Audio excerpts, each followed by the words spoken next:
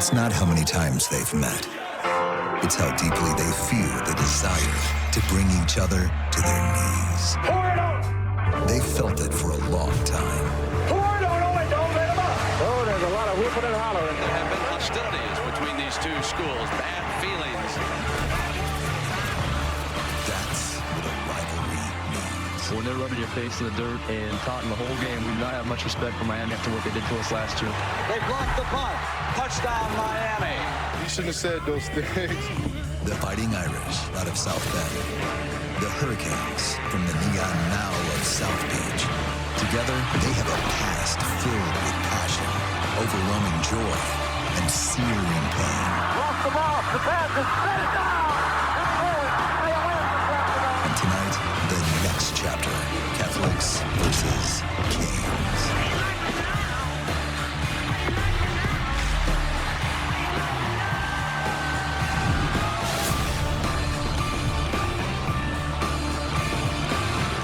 You're watching the ACC on ABC.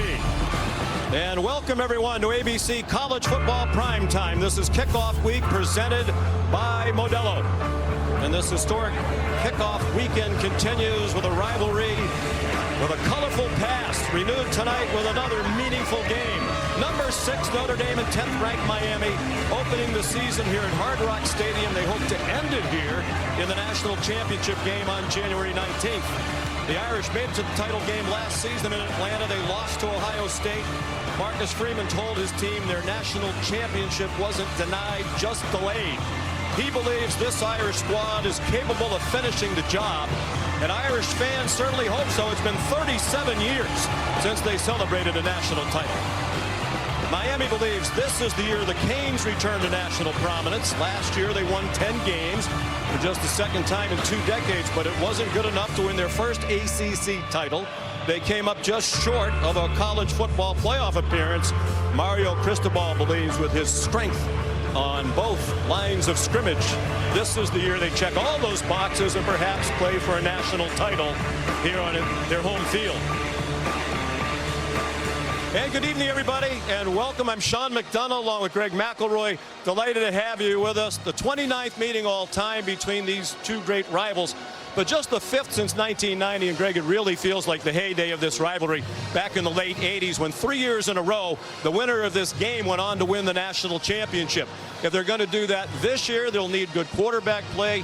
Each team has a new man at the helm. In the case of Notre Dame, it's C.J. Carr, the freshman, taking over for Riley Leonard. And he's a ridiculously talented passer. His offensive coordinator, Mike Denbrock, described him as a thrower, a pure thrower. And that's going to change the look of this offense just a little bit. Last year, it was really utilizing quarterback run to highlight Riley Leonard's skill set as a runner.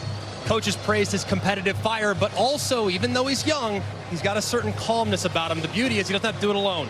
He's got arguably the best running back in college football, an experienced offensive line, and maybe the most talented wide receiver core they've had in Marcus Freeman's tenure. It's his first career start. He's the grandson of the legendary Hall of Fame former Michigan coach Lloyd Carr. Meanwhile, quarterback play was not the problem. Offense was not the problem for Miami last year. Cam Ward was outstanding. He was the #1 pick in the NFL draft. And they have a pretty nice guy to step in for him. Carson Beck, 2 years the starter at Georgia. Last year, not as good as the year before. He hopes to have a bounce-back year in his only season leading the Canes. Well, we're all eager to see how he looks. Limited in the offseason because of a UCL injury suffered in the SEC championship game last year. But his skill set's very different from that of Cam Ward. Cam Ward thrived running around, extending plays, playing off schedule. Carson Beck's going to be more rhythmic, more methodical, and the emphasis will be on getting rid of the football very, very quickly. He's very talented, and he hopes to revitalize his career with the Canes.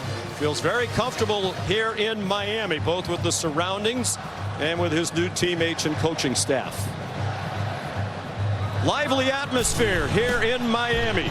ESPN's presentation of college football on ABC will return after this message and a word from our ABC stations. We're just moments away from the 3rd top 10 matchup of this opening weekend in college football. And Canes legend Jimmy Johnson getting the crowd even more fired up. Miami trying to win its 18th straight home opener. They've never lost the season opening game since they moved here to Hard Rock Stadium back in 2008. A lot of those opponents nowhere near as strong as this Notre Dame team. As a matter of fact, they haven't played a ranked opponent in their home opener since Ohio State back in 2011.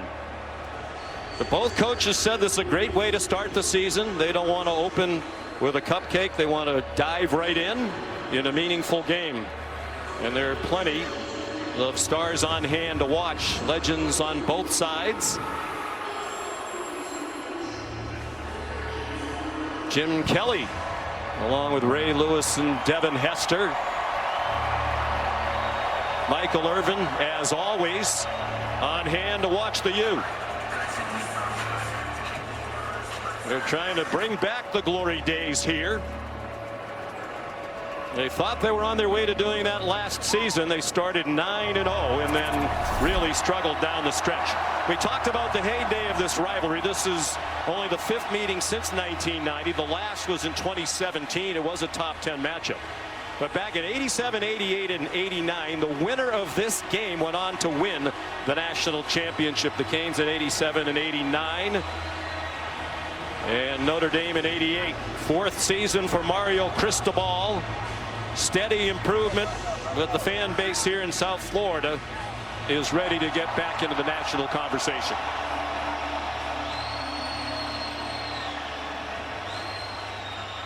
Producer and director's nightmare, the lights off in anticipation of the teams taking the field.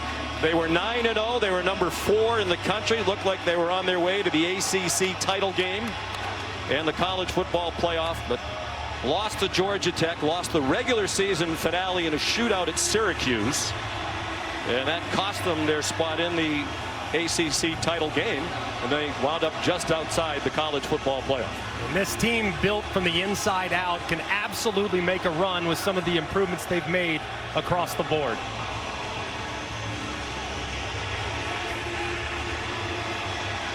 Five national championships for this proud program, but none since 2001.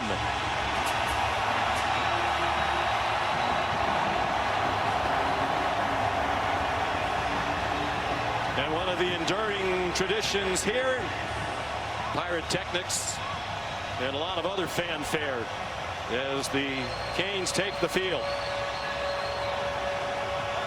It was a defense that struggled last year. They've changed defensive coordinators. They brought in 6 new defensive backs through the portal.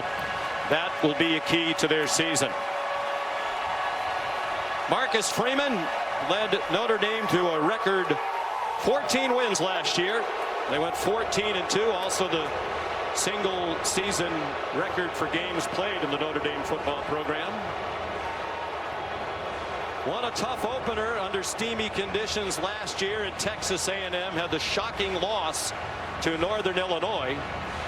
Basically put themselves in a situation where they had to win out, and they did. They won 13 straight games on the way to Atlanta. Marcus Freeman doesn't want to say it, but you get the sense around the Notre Dame program. They believe this team is deeper and more talented. They have done a great job of backfilling. This team does have tremendous high-end talent and probably a higher ceiling across the board than last season's run. Here's Taylor McGregor with Mario Cristobal. Thank you, Sean. You have an experienced quarterback in Carson Beck, but one who's never played in your system. What do you want to see early from him? I want to see him be him, the best version of him. He's done a great job in camp. He's got to show tonight. And on the other side, you're going against an inexperienced quarterback. How can you take advantage? Well, he's got a lot of weapons around him, and they're very systematic. We expect nothing but their best, so we got to be at our best. Thank you, Coach. Let's go to Molly McGrath with Marcus Freeman. Coach, how do you help your quarterback, C.J. Carr, be at his best in his first career start and in these wet conditions? Yeah, we got to take pressure off of him. We got to be able to establish the run game or give him easy access throws. We got to play really good defense. And, you know, what I told him, his best is good enough. Like, just go be you, man. He's a special player, and you don't have to win the game for us. Just do your job. How do you attack an experienced quarterback like Carson Beck? You got to try to mix it up on him pre-snap. You got to try to show him different things pre-snap and post-snap. Be able to move to something different. But he's a good quarterback. He's going to make some plays. We just got to win the next one. All right, thank you, Coach. All right, thank you. Sean. All right, Molly and Taylor, thank you. ACC officiating crew led by Adam Savoie. Tigers won the toss, elected to defer their option to the second half. Notre Dame will receive on the west end of the field. Good luck. So C.J. Carr will get on the field immediately. As you might expect on the last day of August in South Florida, it is hot and sticky. We had some tropical downpours here mid-afternoon. The temperature then was up in the low 90s with the feels like over 100. So the rain has cooled it off a little bit. 77, but with very high humidity. Both teams said that wouldn't be a factor. Marcus Freeman said his squad has been focused on hydration for weeks, and he doesn't anticipate a problem here tonight.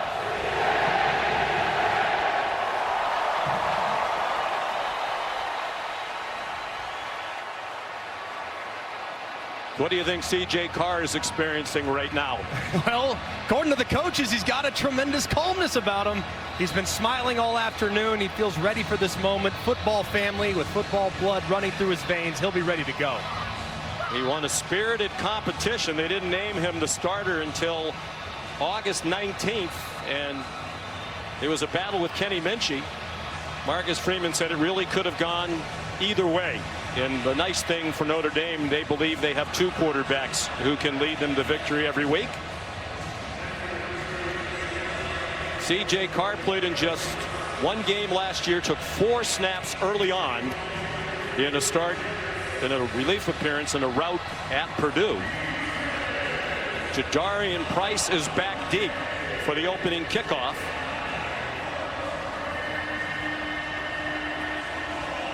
And it'll be Carter Davis to kick it off. He's a newcomer to the Miami program. There's a transfer from FAU not far away. Virtually no breeze as this rivalry is renewed. Line drive kickoff blasted through the back of the end zone.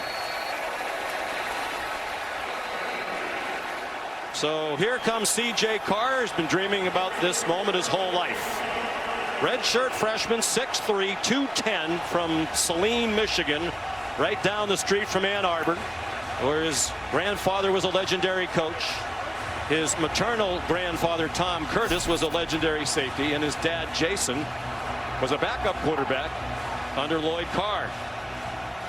4 snaps against Purdue, that's it. He did not attempt to pass. He hurt his elbow, the same injury Carson Beck suffered in a practice in late September, and couldn't throw for a couple of months.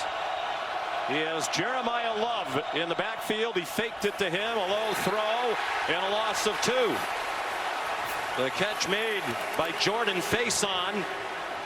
And O.J. Frederic, who was a starting corner last year as a freshman, is back out there again to start the game. And an easy completion to kind of build up the confidence, but an off-target throw from Carr early on. We asked Mike Denbrock, the coordinator, would they ease C.J. into the game? He said, we'll see how it goes. They do have perhaps the best running back in the country in Jeremiah Love. Preseason All-American. Carr will throw it again. They give him another short throw. The tight end, Eli Raridan, lunges forward. He ran into Jacoby Thomas, one of those 6 transfers in the secondary. He's over from Tennessee. And this will be a game of adjustments for both coaches. And Mike Denbrock isn't 100% certain what Miami's going to do defensively, especially in third down situations. So got to stay on schedule and be willing to make some changes throughout the game. 5-yard gain. 3rd down and 7. 3 straight short passes. Catch and run. And a first down. Great job after the catch by Jordan Faison. They're going to give him all of that spinning, or will they? Now they're bringing the ball back to the 42-yard line for a gain of 14. And a great job by Faison getting upfield, spinning off of it, bouncing off would-be tacklers, and getting upfield for the conversion. Homecoming for Faison. He's from Fort Lauderdale. Juggle of the snap by Carr. Here's Faison again. And a problem for Miami last year was poor tackling, and that's a problem again on this opening possession on defense. 15 more for Faison. So much for answering the question, will they run the ball, take some of the pressure off? of the young quarterback. They come out now, throw it several plays in a row, 4 plays in a row, 4 easy completions, and a great job by Faison after the catch. Played through a leg injury much of last year. They think he'll be a more explosive and dynamic player this season. Here's the first carry for Jeremiah Love. And he got a yard, perhaps 2, to the Miami 42.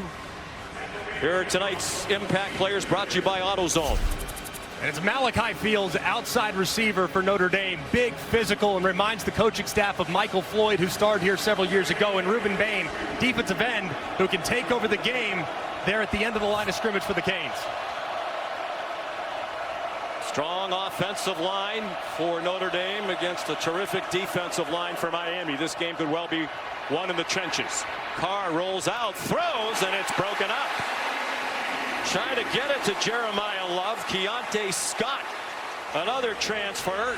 He'll play the nickel position. He's come over from Auburn. Looks like the throw was just a touch late, which allowed Keontae Scott to use that length to bat the ball away and set up a 3rd and long. 3rd down and 9, likely not in field goal range for their new kicker, Noah Burnett. Possible 4-down territory, though, so you can run it or throw it if you like your numbers.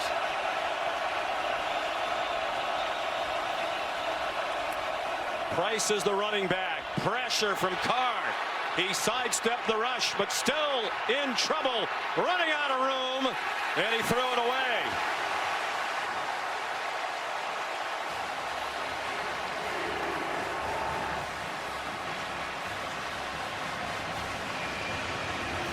Well, we just mentioned the impact player of Ruben Bain, and here he is coming off the edge. Just a thing of beauty right around the left tackle, Anthony Knapp. Knapp was kind of held inside. It's a good move by Carr to keep the play alive, but nothing going as he worked to his left, has to throw it away. And late it was Marquise Lightfoot pursuing C.J. Carr over to the boundary. Bain, in many projections, could be a top 10 pick in the next NFL draft. He's already made his presence known. Was frustrated last year by a hamstring injury for most of the year.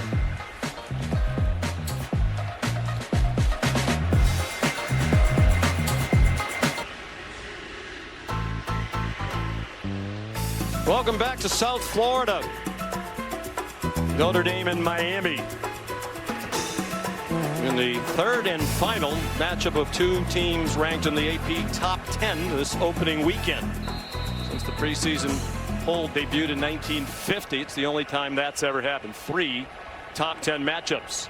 James Rendell on to punt on 4th down and 9 from the Miami 42. Malachi Toney, a true freshman they think is an enormous talent, made a fair catch at the 5-yard line. 37-yard punt. Shannon Dawson with some last words of advice on the play call for Carson Beck. After 5 years in the Georgia program, his first as a redshirt, 2 years as a backup to Stetson Bennett when they won 2 national championships. Then the last 2 as a starter. He's now a Miami Hurricane. Florida native from the Jacksonville area. All the talent you could want. Size at 6'4", 230 pounds. And the coaches both at Georgia and Miami rave about his football IQ. And they're going to put that to use here in Miami, giving him a lot of latitude at the line of scrimmage. Jordan Lyle takes the handoff and gets 5. Carson Beck last year became the scapegoat a little bit for all the problems that Georgia had offensively, but what people didn't pay enough attention to was how many drops his wide receivers had. They led the Power 4. The inconsistencies in protection along the offensive line and abandoning the run game from time to time. He was not the only problem and is eager to kind of prove that he was going to be the solution now for Miami. It's a pretty good year when you have a problem. You went 11-2 and won the SEC. His first throw as a Cane is on target. Kalen Marion has a first down, his first catch for Miami. A transfer from BYU, and before that he was at UConn. Great job scanning the field there by Carson Beck, getting backside and hitting the throw. 5 receivers spread the field. C.J. Daniels, another newcomer on his third school, Liberty. 1 year last year at LSU, and now here at Miami, a 5-yard gain. Not surprising to see Miami utilize a little bit of tempo early in this game. They felt like they could challenge Notre Dame because of the heat and humidity, and that would be a little uncomfortable for that defense. So expect you to utilizing tempo throughout the season. It was a terrific Notre Dame defense last year. Gave up just 15.5 points per game. A lot of the key contributors back. Jordan Lyle, the part of running back committee. They'll feature 3 running backs, Lyle, Mark Fletcher, and Marty Brown. Lyle got the first down out of the 34. One area of this team last year that was kind of flying under the radar was how good they were running the football. And I think Jordan Lyle has a chance to become a star. Tremendous open field speed. Reminds you of those great Miami backs there in the 2000s. And they love to run between the tackles. Mario Cristobal was an offensive lineman back in the late 80s and early 90s at Miami. He likes to pound it. Only Baylor ran between the tackles more often last year. Here comes a blitz. Beck saw it coming, got it off. Joshua Moore the catch. Jalen Stroman, a newcomer from Virginia Tech, made the tackle as the safety for Notre Dame. An 8-yard gain, and they'll go quickly. 2nd down and 2. Beck's 3 for 3. Loves the play action game. Throwing it deep, and it's incomplete. Trying to get it to JoJo Trader, and it was Stroman in coverage. I love the idea on 2nd short too. You're going to come back, probably run it on 3rd down, pick it up. Why not try to take a shot? Throwing it deep over the top to a playmaker in Marion who can go 22 miles an hour on the field. Their deep threat just a little bit too deep from Carson Beck. He can make all the throws. Coaches rave about his touch, short and intermediate, and his accuracy down the field.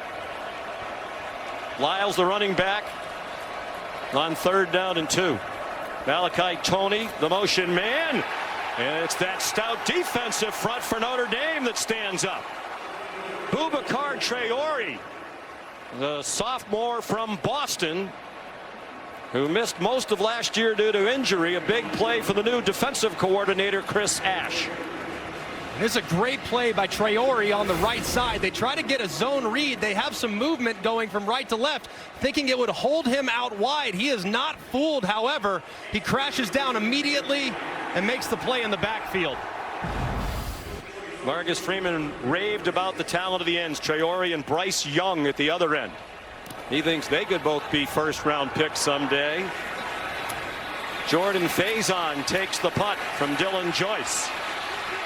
And he's dragged down at the 13-yard line. Raul Aguirre made the tackle after an 8-yard return of a 43-yard punt. Big stop on 3rd down for the new look Notre Dame defense. No score. 7 gone by.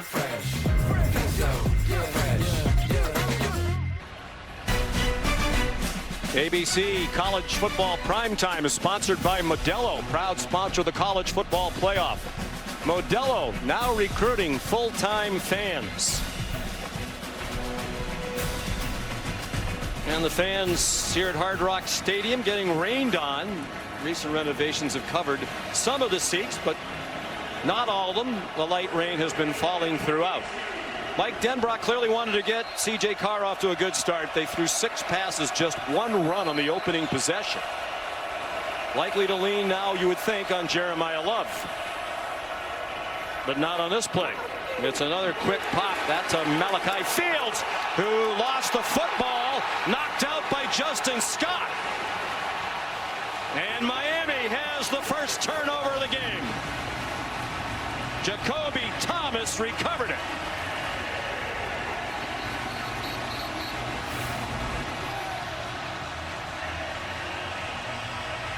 Looked like that ball was starting to come out. It is right there off the left hip as a result of that big collision from Scott.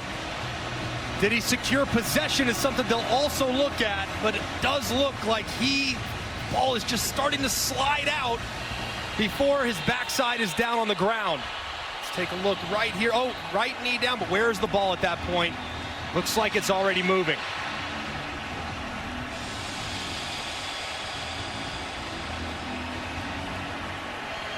So an immediate big play by Thomas, one of those 6 defensive backs who came in the transfer portal. It was Justin Scott who knocked it out. And he played in 11 games last year as a backup as a freshman. The play stands is called, and Miami in great shape at the Notre Dame 24.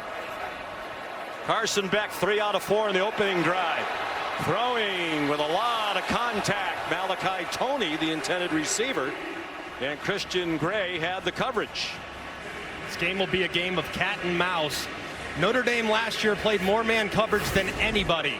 They went zone on the first drive. Here on the first play of the second drive after sudden change, it's man-to-man. Toney's supposed to be their guy. A little bit of contact down the stretch. You see that left hand on the hip as well. Hard to see it, though, with that white glove on the white pants shot. So 2nd and 10. Jordan Lyle just had his ankle taped back into the game for Miami. He gets spun around for no gain. Perhaps 1. Gabriel Rubio and Joshua Burnham in there. Part of the veteran defensive line. They lost Riley Mills and Howard Cross in the middle. But they have a lot of veteran talent returning as Chris Ash takes over for Al Golden, who went back to the NFL this season as the new defensive coordinator for the Cincinnati Bengals. What will Chris Ash do here? Will he heat up the veteran quarterback, see if they can knock Miami out of field goal range? If you're Carson Beck, you can't take a sack.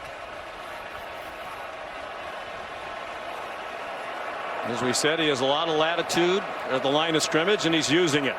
Given a clean pocket, throws, low throw, but a catch made by Keelan Marion. And it's an 8-yard gain. They're just short of the first down, and Mario Cristobal's going to go for it. This is a beautiful route by Marion, who gets the separation against the best corner in college football in Leonard Moore. And Mario Cristobal with that imposing offensive line can probably anticipate a north-south run right here on 4th and short.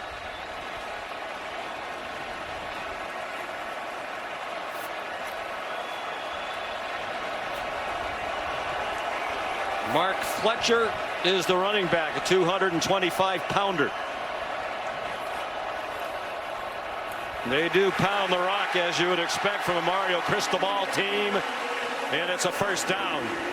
They really like their offensive line. They have a new center, James Brockermeyer, over after 1 year at TCU and 3 prior to that at Alabama. And this is ridiculous. Look at Maui Noah and the movement that he gets off the right side, and the amount of displaced gold helmets off the charts. When they run short yardage behind Maui Noah and Inez Cooper, the right guard, not many teams can hold up at the point of attack. Both were all ACC last year.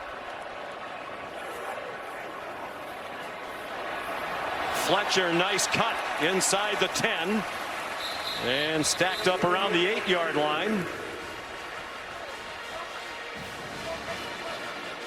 Drake Bowen in on the stop. He's become the leader of this Notre Dame defense.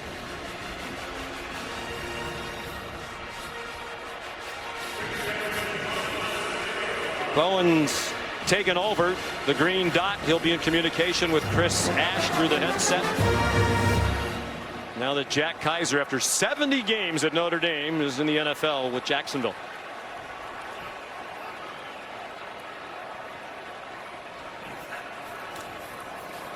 On 2nd and 5, a little hesitation on the handoff, and Fletcher's knocked back by Kingston Viliamu Asa. Loss of 3. So far, a great stand for this Notre Dame defense. Getting off the field here, holding Miami to just 3 points would be a massive moral victory. They've run man coverage these last couple plays. I would anticipate man coverage again. If you're Miami, you probably want to create a pick or a rub to get some separation and get a guy running in space. They send a 3-receiver bunch to the right of Carson Beck. Mark Fletcher's the running back on 3rd and 8 from the 10.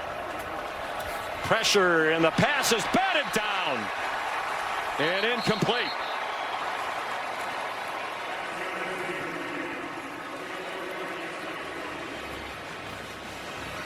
Jared Dawson batted it out of the air. They don't go to the transfer portal often, but he's a newcomer from Louisville. And they bring the pressure right up the middle. They're trying to get that rub and pick that we just talked about with a mesh concept. 2 shallow crosses underneath. You can create natural pressure on the defense by running guys close together. However, the pass rush was too much, and a great job by Notre Dame's defense. There's Carter Davis, the newcomer. Those career numbers not good. They were at FAU. He won a battle with Bert Auburn, a transfer from Texas, to be the kicker. And trouble with the snap. Picked up by Dylan Joyce, who's the punter, and he's knocked out of bounds.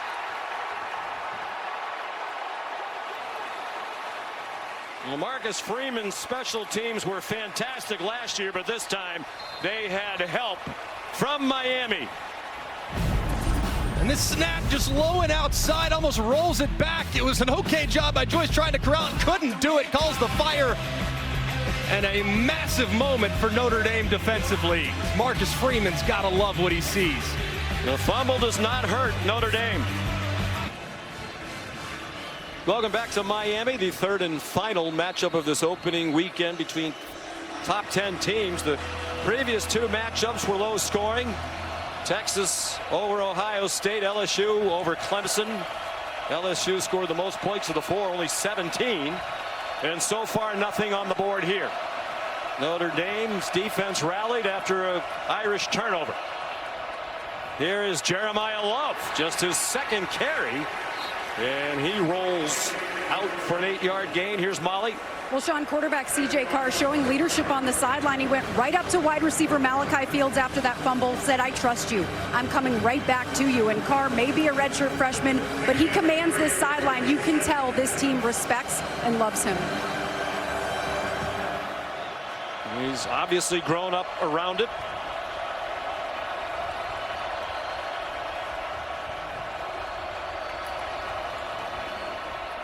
Love again. Did not get the first down. Keem Mesidor and Ruben Bain, those 2 tremendous defensive ends, in on the play. And this will be an interesting down for the Notre Dame offense, because in 3rd and short last year, you knew where it was going. It was Riley Leonard with some type of quarterback run. Now, without the element of the quarterback's legs, what will they do in short yardage situations for Mike Denbrock? They went for it a lot on 4th down last year, largely because, as Marcus Freeman said, Riley Leonard could just fall forward and get first downs. C.J. Carr gets blasted behind the line of scrimmage by Big David Blade Jr., a transfer from Louisiana Tech. Welcome to the college football, as he ran into 6'4" and 308 pounds. And it's just a bust by the right guard. He's got to block that nose. That nose just shoots right up the middle, and he whiffs completely. He's blocking the wrong guy, and that's the young freshman Gertie Lambert, who's got a lot of talent, but clearly not on the same page with his center there. And the unblocked defender Blay makes the play in the backfield. They watched Blay play last year against Arkansas with a dominant performance, and Mario Cristobal said he was a must-get in the portal. Rendell punts. And Malachi Toney, a fair catch. He's saying, hey, they were too close, but there is no flag, a 43-yard punt. Let's check into the studio. Here's Kevin Nagandi. Sean, good evening. Our multi-view is showcasing a handful of events, including the round of 16 of the U.S. Open, Phillies Braves at the bank, and college football across our networks. You can experience it all on the new ESPN app. Back to you and Greg.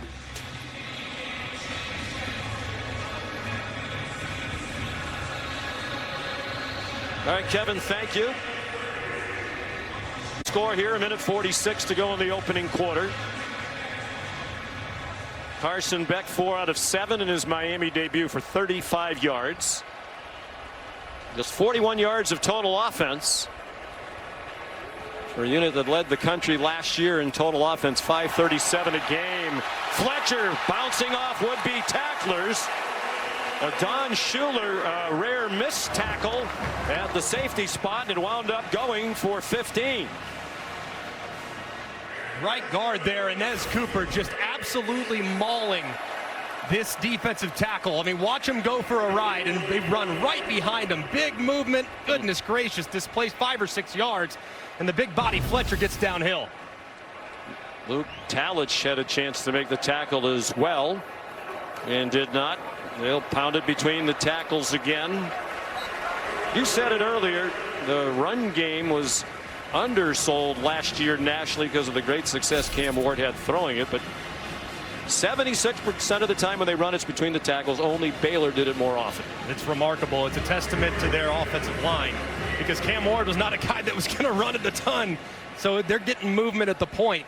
The other thing that's amazing is, you'd be shocked to know this, that Miami actually averaged more yards per carry than Notre Dame last year, who's known for their run game. They averaged 5.7. High snap that might have thrown off the whole operation. Tried a quick screen to Keelan Marion. Carson Beck letting everybody know the snap was high. I'm sure the center loves that. No. And the throw was a little low. Still catchable, but wasn't going to go very far. What a kickoff week this has been, presented by Modelo. Shades of yesteryear here. Notre Dame and Miami in a meaningful season opener. The Hurricanes are 0 for 3 on third down. They were best in the country last year, 56% plus. Back, here's Malachi Tony. First down inside the Notre Dame 40. Well, he's a true freshman. They told us they weren't sure how much he would play. He is playing a lot. And how about this route? Look at the quickness in and out of the break. Inside, back, outside. Remember, you know you're going to get man when you're playing the Notre Dame Fighting Irish. And when you have a guy with that much sudden change ability and quickness, it's tough to cover. He's not very big, 5'11", about 180. Here he comes again. And another first down inside the 30. We spoke to Carson Beck and Shannon Dawson during the week. They said, we don't want to build him up too much, but he's an incredibly talented guy. Carson Beck said he's going to watch him play in the NFL someday. The end of the first quarter. Notre Dame and Miami, 6 versus 10. No score. Second quarter here on a humid night in South Florida, no score. Sean McDonough with Greg McElroy. Molly McGrath is on the Notre Dame sideline. We welcome Taylor McGregor on the Miami sideline. If your last name doesn't start with MG, you cannot work on this crew. That's apparently. Well said. Yeah, we are definitely in line with the MC squad. First and 10, Miami at the Notre Dame 28. Here's Jordan Lyle. Grabbed around the legs by Jaden Osbury. They did lose Jack Kaiser, but Chris Ash loves the linebacker core with Osbury, Jalen Sneed, Drake Bowen, and Viliamu Asa, among others. Very physical and violent linebacker core across the board. Really complement each other's skill, and they're really paying attention in the backfield with the success that Miami had in the first quarter running the football. Question was, how much would Chris Ash change after Notre Dame played great defense last year under Al Golden? Bringing some of his own ideas. Back throw, single coverage, batted away. Good coverage by Christian Gray on JoJo Trader, and now Gray stays down. That is not good for Notre Dame. Cornerback tandem as good as any in the sport. And the one concern they have defensively is how young they get at corner in the event in which their top two go down. And they love their depth everywhere on defense except at the cornerback position. Well, if Marcus Freeman and Chris Ash said that last night. Hurt on the landing, it seems.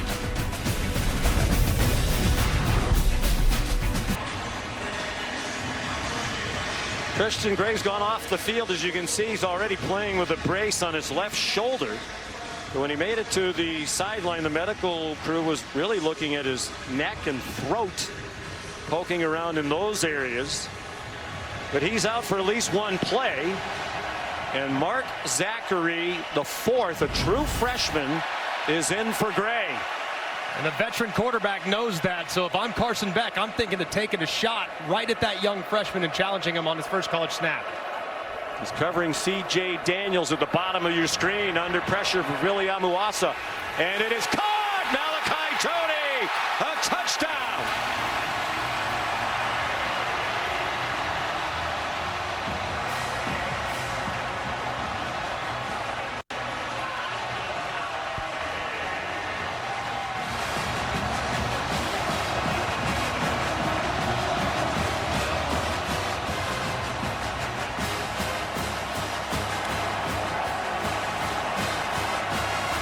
There's a new star in Miami, and he's Malachi Tony.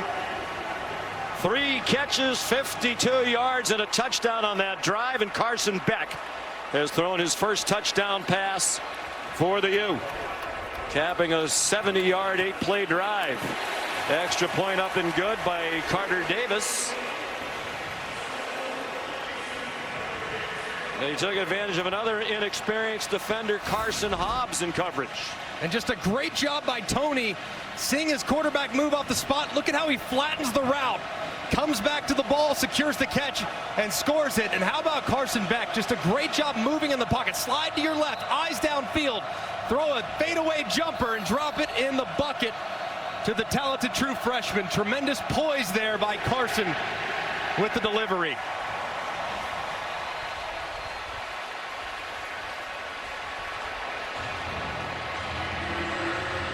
The reaction for Carson Beck, such a frustrating season a year ago.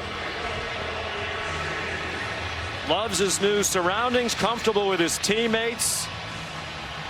And Carson Hobbs played very little last year. Sophomore from Cincinnati. Beat on the play.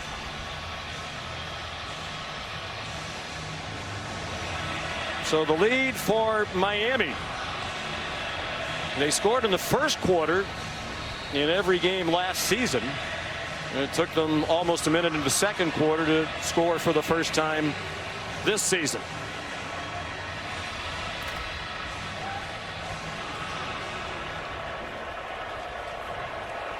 Carter Davis to kick off. Jadarian Price deepest.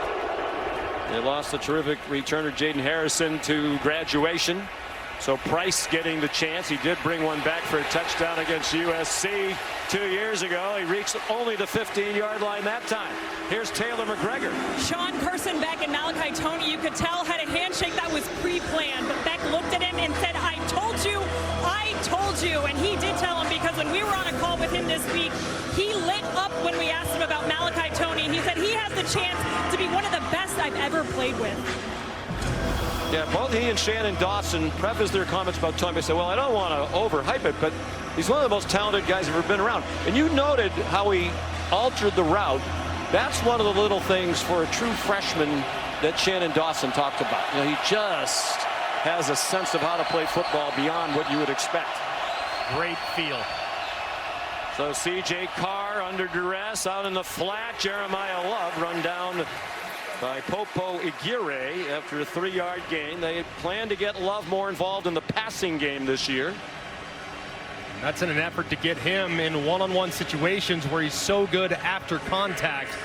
They have got to find more opportunities for space. So far, Miami, their defensive line is winning up front. Only 3 carries so far for Love. Here's the 4th. He rushed for over 1,100 yards last year, the 21st 1,000-yard season in Notre Dame history. This Miami defense, coordinated by Corey Heatherman, 41 years old, last year in Minnesota, 1 year there as the defensive coordinator, trying to simplify things.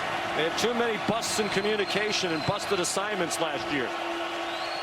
They're pretty simple on third down, though. If you watch Minnesota, you see a lot of man coverage One-on-one lockdown coverage when he gets to third and medium. Three-man rush. They still get near. Carr, and the throw is errant. Trying to get it to Jaden Greathouse. Deontay Scott had the coverage. And so far, so good for the new Miami D. And this is man coverage from Heatherman. They try to get a little bit of a rub, just a natural pick, but Ruben Bain so far is winning that matchup against Anthony Knapp. He bull rushes into Carr's lap, forces the throw to go just a little bit outside, and Heatherman's defense been up to the task so far. He led a terrific defense at University of Minnesota last year. Rendell's punt. Here's Malachi Toney with a fair catch at the 34-yard line, a 45-yard punt. Toney the star here in South Florida with the Canes off to a 7-0 lead. 12:33 to go in the second quarter here at Hard Rock Stadium. Miami leads 7-0. Carson Beck, a 28-yard touchdown pass to the freshman Malachi Toney. And the Canes have the ball again from their own 34-yard line. Christian Gray is back on the field at cornerback for the Notre Dame defense.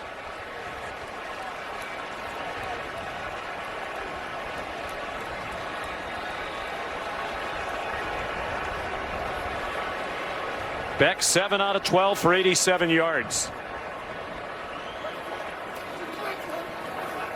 The handoff to Mark Fletcher. Staggers ahead for about 3. Carson Beck started last season off a 13-1 first year at Georgia as the starting quarterback. Preseason first team All-American, one of the leading contenders. I thought he was the favorite to win the Heisman Trophy. Played nowhere near like that. A lot of reasons why, as you said before.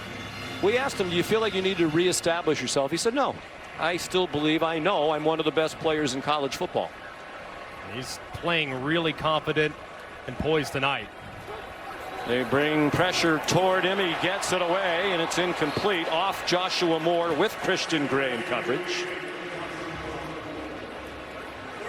Well, you said at the beginning, one of the differences over last year when Cam Moore would run around, usually very effectively, Carson Beck's going to get the ball out. And has so far, really quickly. It's been very decisive. That throw a little off the mark. But with this challenge defense that you're seeing from Notre Dame, at some point he's going to take a shot downfield because those safeties getting a little bit closer with every snap to the line of scrimmage. Miami started 0 for 3 on third down. They've converted on their last 2. This is third down and 8. Beck steps up in the pocket.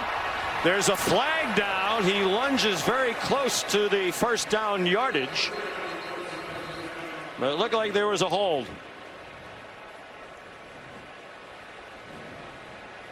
This will be the first penalty assessed to either team if it is enforced. Holding. Offense, number 63. 10-yard penalty. Third down. Samson Okunlola with a hold of Jared Dawson. A tough deal for Okunlola as Carson Beck's trying to escape, just has that left hand grab too much jersey, and an easy call for the official. Good call. A wry smile from Carson Beck. He's saying, don't sleep on my speed right there. He said, he thought he was out the athlete. gate. He can run. He can run. Yeah, he rushed for 5 touchdowns at Georgia. He's a very good athlete. He was originally recruited out of high school to be a baseball player. He was going to go to Florida and play baseball. But that was a partial scholarship. When he started getting full rides to go play football, he decided to do that. And he made a great choice. Gets it off very quickly. Malachi Toney targeted for the 6th time. They're going to call it an incomplete pass.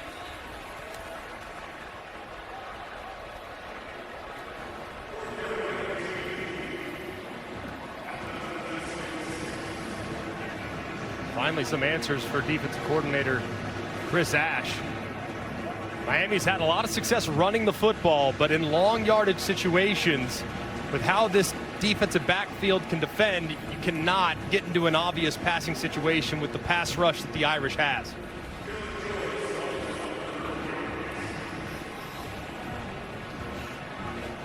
Here's Dylan Joyce again. The Australian, aren't they all? In his third year, Notre Dame went after him. They blocked 6 kicks last year, including 3 punts. Face on with the punt well covered. Taken down immediately at the 32.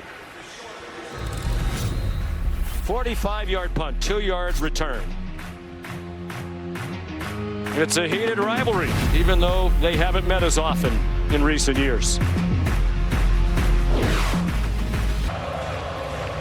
There's the Taco Bell Live Más student section. Only one student section can claim the title of Live Más student section of the year.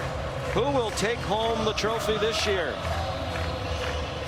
It's an effort for these Miami students to make the trip up here from the campus in Coral Gables, about 21 miles. Their team leads 7-0. Jadarian Price, the running back. For C.J. Carr, quick throws, probably because Mike Denbrock isn't really sure how defensive coordinator Corey Heatherman's going to attack him. So what do? Just get the ball into your quarterback's hands, take some pictures, and try to figure it out. He's got 4 completions that have only traveled 3 yards downfield or less. So mostly screens underneath. At some point, they'll have to stretch the field. He's 6 for 9, all 6 completions on balls thrown within 3 of the line of scrimmage. He takes off running. He looks a little bit like the man who wore number 13 last year for Notre Dame, Riley Leonard. There are the numbers we were talking about. He threw the 1 ball down the field early toward Love, and it was a little late and behind. Correct, on the move too. And Mike Denbrock got to go back to that play sheet on 3rd and short. They got stopped earlier with the quarterback run. 1 out of 4 on 3rd down, the Irish. 3rd and 2. Jadarian Price looked like he got just enough for the first down. One thing you can do for your young quarterback too is you can move the pocket, change the launch point, clean it up a little bit for him, because that pass rush is relentless. So just try maybe a play action misdirection with the bootleg to kind of get him moving and allowing him to be athletic.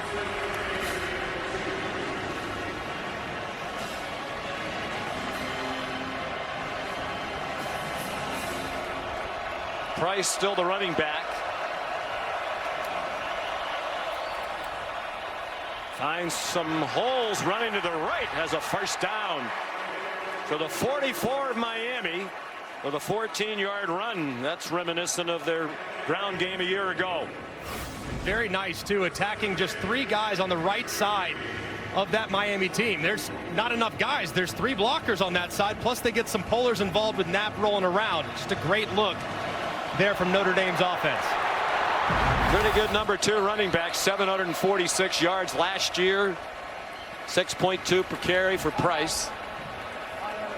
Timeout called by Miami. They have just 1 left. C.J. Carr and the Irish offense about to run just their 4th play in Miami territory of this first half. Miami's run 12 in Notre Dame territory.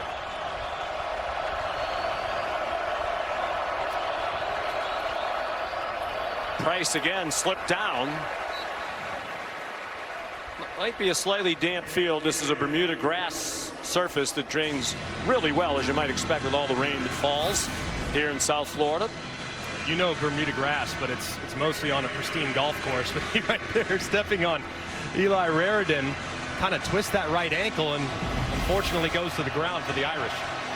Sticking with Price, Jeremiah Love still has just 4 carries. Mike Denbrock said it's going to be mostly Love this year. It wasn't a 50-50 split, but Price got plenty of carries. It'll be more on Love this season. Completion and a first down. Micah Gilbert got stood up after he picked up the first down. It was Xavier Lucas who made the tackle. Xavier Lucas, another transfer from Wisconsin. And this is a staple play for Notre Dame. Just Z-spot, you got the corner, very simple route concept that C.J. Carr has probably been running since he was in 7th grade. Great throw, good accurate pass, get him started. And the first career catch for Micah Gilbert. They think he has a bright future. Redshirt freshman from Charlotte. Played in 3 games last year.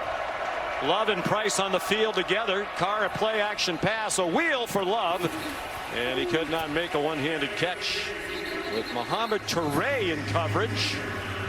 Another first-year Cane in his 7th year of college football. Lost 2 full seasons at Rutgers due to ACL injuries, including last year. He's a playmaker too. Was a real difference maker for Rutgers a couple years back. Just unfortunate with his injury history. We haven't been able to see him. They say he's healthy and ready to take this linebacker group to the next level. 2nd and 10. They are in field goal range for the new place kicker, Noah Burnett. Room outside for Price. Jadarian Price down the sideline. Banged across the boundary and out of bounds just short of the pylon. Jacoby Thomas saved the touchdown. It's a 30-yard run for Jadarian Price. Just an excellent job by the left tackle because there's a little bit of movement off the side and Knapp sees it. He recognizes it. He comes off to get just enough of Keontae Scott to spring Jadarian Price to the outside. Great job by the left side of the offensive line. 1st and goal from the 3. Big run by the junior from Denison, Texas, who stays in the game. Last year was a lot of Riley Leonard with quarterback runs. Timeout called by C.J. Carr. He was alert to the play clock. Still 2 timeouts left for Notre Dame, trying to tie the game with 6:38 to go in this opening half.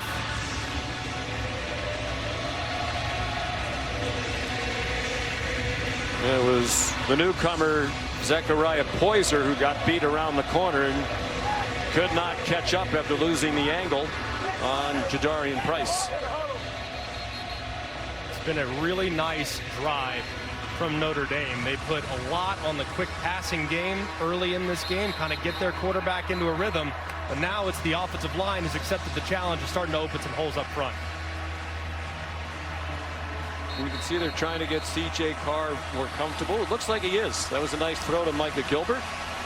Yeah. The offense opening up a little bit. I think he's playing fine. He's just been conservative with the plan so far, but really puts the onus on the offensive line to create some up front, especially here when the yards are tough inside the 5.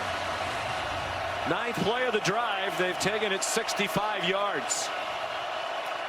Price remains the running back. C.J. Carr out of the Riley Leonard playbook. And that's not his game. Now he's wearing the number 13, not as an homage to Riley Leonard, who he communicates with still and likes very much. His dad, Jason, wore number 13 as a quarterback at Michigan. Riley Leonard had the school record with rushing touchdowns for a quarterback last year. They give it to Price. Lost the football, and C.J. Carr's on it. Back at the 7. Wesley Besaint, the hard-hitting linebacker, popped it out. Just didn't ever look like the ball was really secured up into the body with one hand. Goes out immediately, and here on 3rd and 6, got to be thinking move the pocket. Find Eli Raridan, the tight end, who's 6'7", long physical body. Jeremiah Love back at running back. Carr forced back. He's back near the 30-yard line. Bought some time and throws a touchdown. Micah Gilbert. His first touchdown and the first TD pass thrown by the redshirt freshman C.J. Carr, showing that poise the coaches have raved about.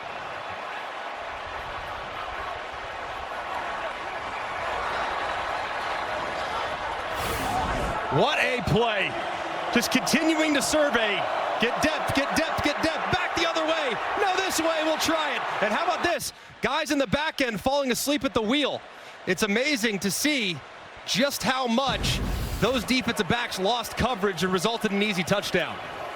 Ahmad Moulton did his best to try to track down Carr, but he lost the chase. Noah Burnett's first kick as a Notre Dame Fighting Irish player is good. 7-7, 5:21 to go in the half. After a sputtering start, the Notre Dame offense found a rhythm on that possession. 68 yards, 11 plays. 5:49 off the clock. And a young tandem, Micah Gilbert from C.J. Carr. And they expect that to be a connection many times in the years ahead. New kickoff man, Marcello Diametti. And that'll be a touchback over the head of Keelan Marion. This is just fantastic. Look at the defender's eyes. Thinking run, I don't know why. They kind of fall asleep, and as a result, Gilbert is right there, 3 or 4 yards deep in the end zone, right against the sideline. So just a poor job by Miami's defensive backs, staying in coverage, and a great job by Notre Dame finding the open man.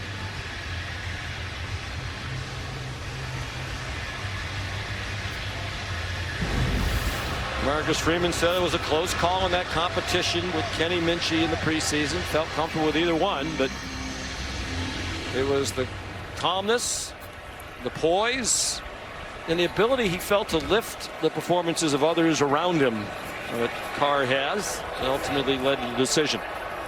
Marty Brown is in now at running back, the transfer from North Dakota State that had just shy of the 30. Molly. Sean, I was standing next to Marcus Freeman during that touchdown play. He looked over at his coaches and winked and said, I knew it. Marcus Freeman told us it was a gut decision to go with C.J. Carr, and he's just proving him right with that poise on that play. We asked C.J. Carr, why Notre Dame? Your grandfather, legendary national championship winning coach at Michigan, right up the street from where C.J. grew up. His dad played there. His maternal grandfather played there. Beck throws. Tony again, first down. C.J. Carr said Michigan wasn't that enthusiastic in the recruitment early on, and Notre Dame was. And he said as soon as he got on that campus, he just fell in love with it. He was the right place. And I think he really wanted to forge his own identity. He didn't want to live in the shadow of his grandfathers and his dad. He wanted to forge his own identity at Notre Dame, and is so far off to a nice start in his first career start. Carson Beck, 8 out of 15 for 94. That's 4 receptions for Tony.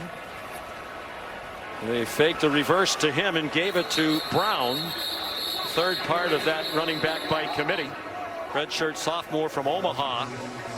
Had a prolific year last year as a redshirt freshman at North Dakota State. Ran for almost 1,200 yards and won the Jerry Rice Award as the top freshman in FCS football. They're going to continue to try to emphasize the run game, and Notre Dame is very aware of that. And these safeties are starting to creep just ever so slightly towards the line of scrimmage. You look at the depth of these safeties, only about 15 yards away, but about 8 or 9 yards deep. Carson Beck will use the time at the line. Now he steps up and throws. Good catch by C.J. Daniels for a first down. We saw the example. Shannon Dawson said Carson Beck will use time at the line because he likes to send the running back out in the pass pattern, and he did there. And this was very nicely done too. Throw just a little bit inside, but it allows you so much freedom if your back is out. Steps up, attacks the line of scrimmage, and throws a well-timed pass just a little bit too far inside to create yards after catch.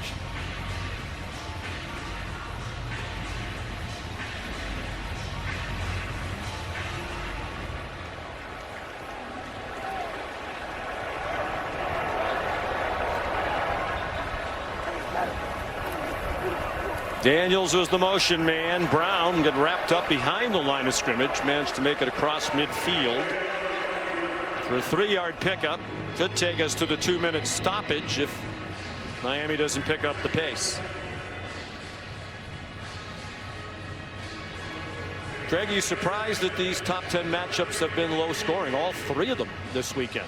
No, I'm not, because at this point of the season, the defense is often ahead of the offense, and I think coaches are scared to death to take too much risk, especially in the event like tonight where there's different defensive coordinators on both sides of the ball. So they're a little more conservative early on before things might open up.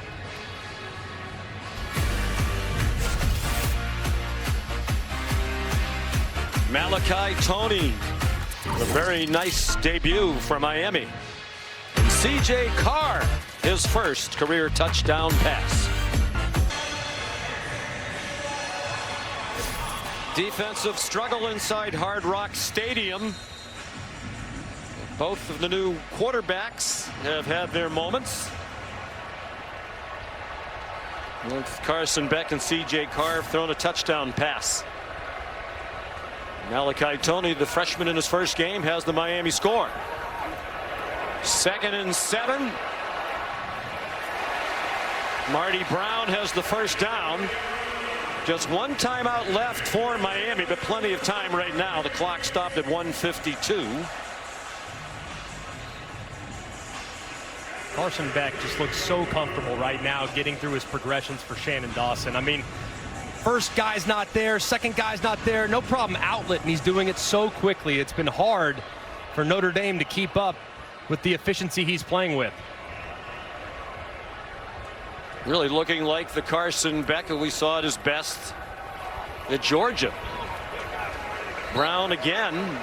Jordan Lyles had his ankle taped a couple of times now, so you wonder if he's available. That's 4 yards. Now Miami probably needs to pick up the pace just a little bit. You get down to the final 80 seconds, that's when your antenna goes up, and then it really goes up under 40 seconds. So pick up the pace just a hair. We think Davis will be the field goal kicker if it comes to that again, as long as 51. Keelan Marion swung down, but he has the first down. Christian Gray there for the Irish. Under a minute to go. The clock stops for a moment to move the chain. 7-yard gain.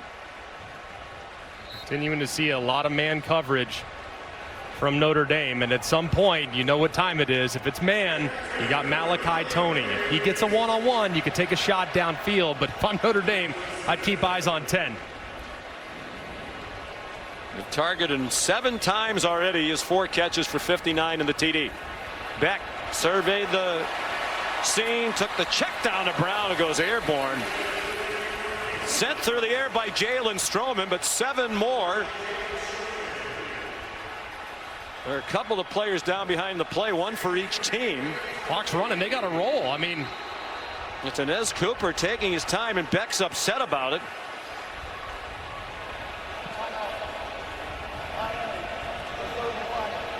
And as a result, they had to use their last timeout. I think it was Jared Dawson who was engaged with Inez Cooper behind the play, and they were having a conversation. Meanwhile, the clock's running. Big hit there. The tackle by Stroman, known for his tackling at Virginia Tech.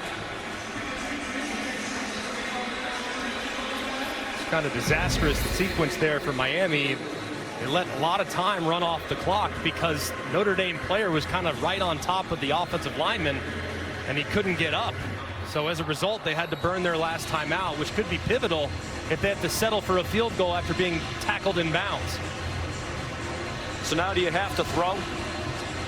If you risk a run that doesn't get the yardage, the half might end. I think you have to. I think under 15 seconds is when you're really in no man's land, because a hurricane field goal operation, no pun intended, is very, very difficult, especially after you had a bad snap earlier. So I think you have to throw it here, and you could take a couple shots, especially if you have one-on-one up top. Beck's 5 for his last 5 for 36 yards, 12 for 19 total. Under pressure, off his back foot, up for grabs, and caught! C.J. Daniels, a tremendous one-handed catch.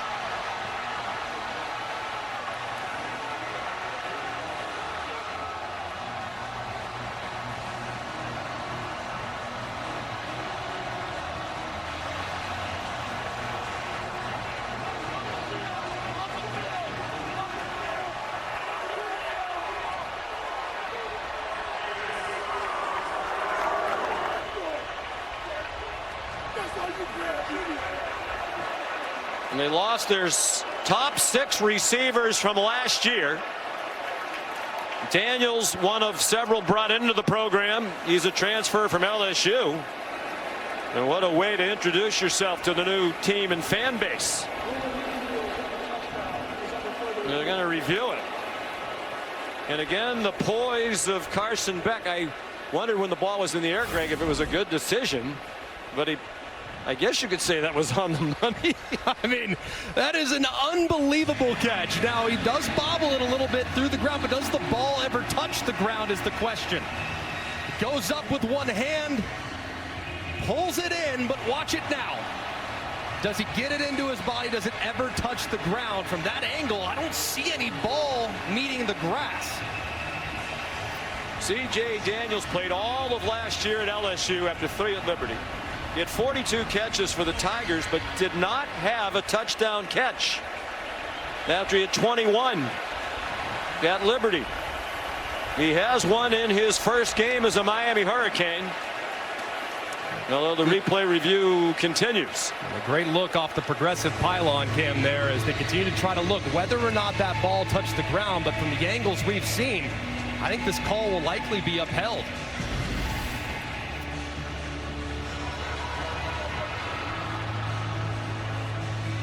Do you like the decision by Becker? Did he get away with it because of the great catch? Because if that's not a one-handed snatch, it looks like it's going to be an INT.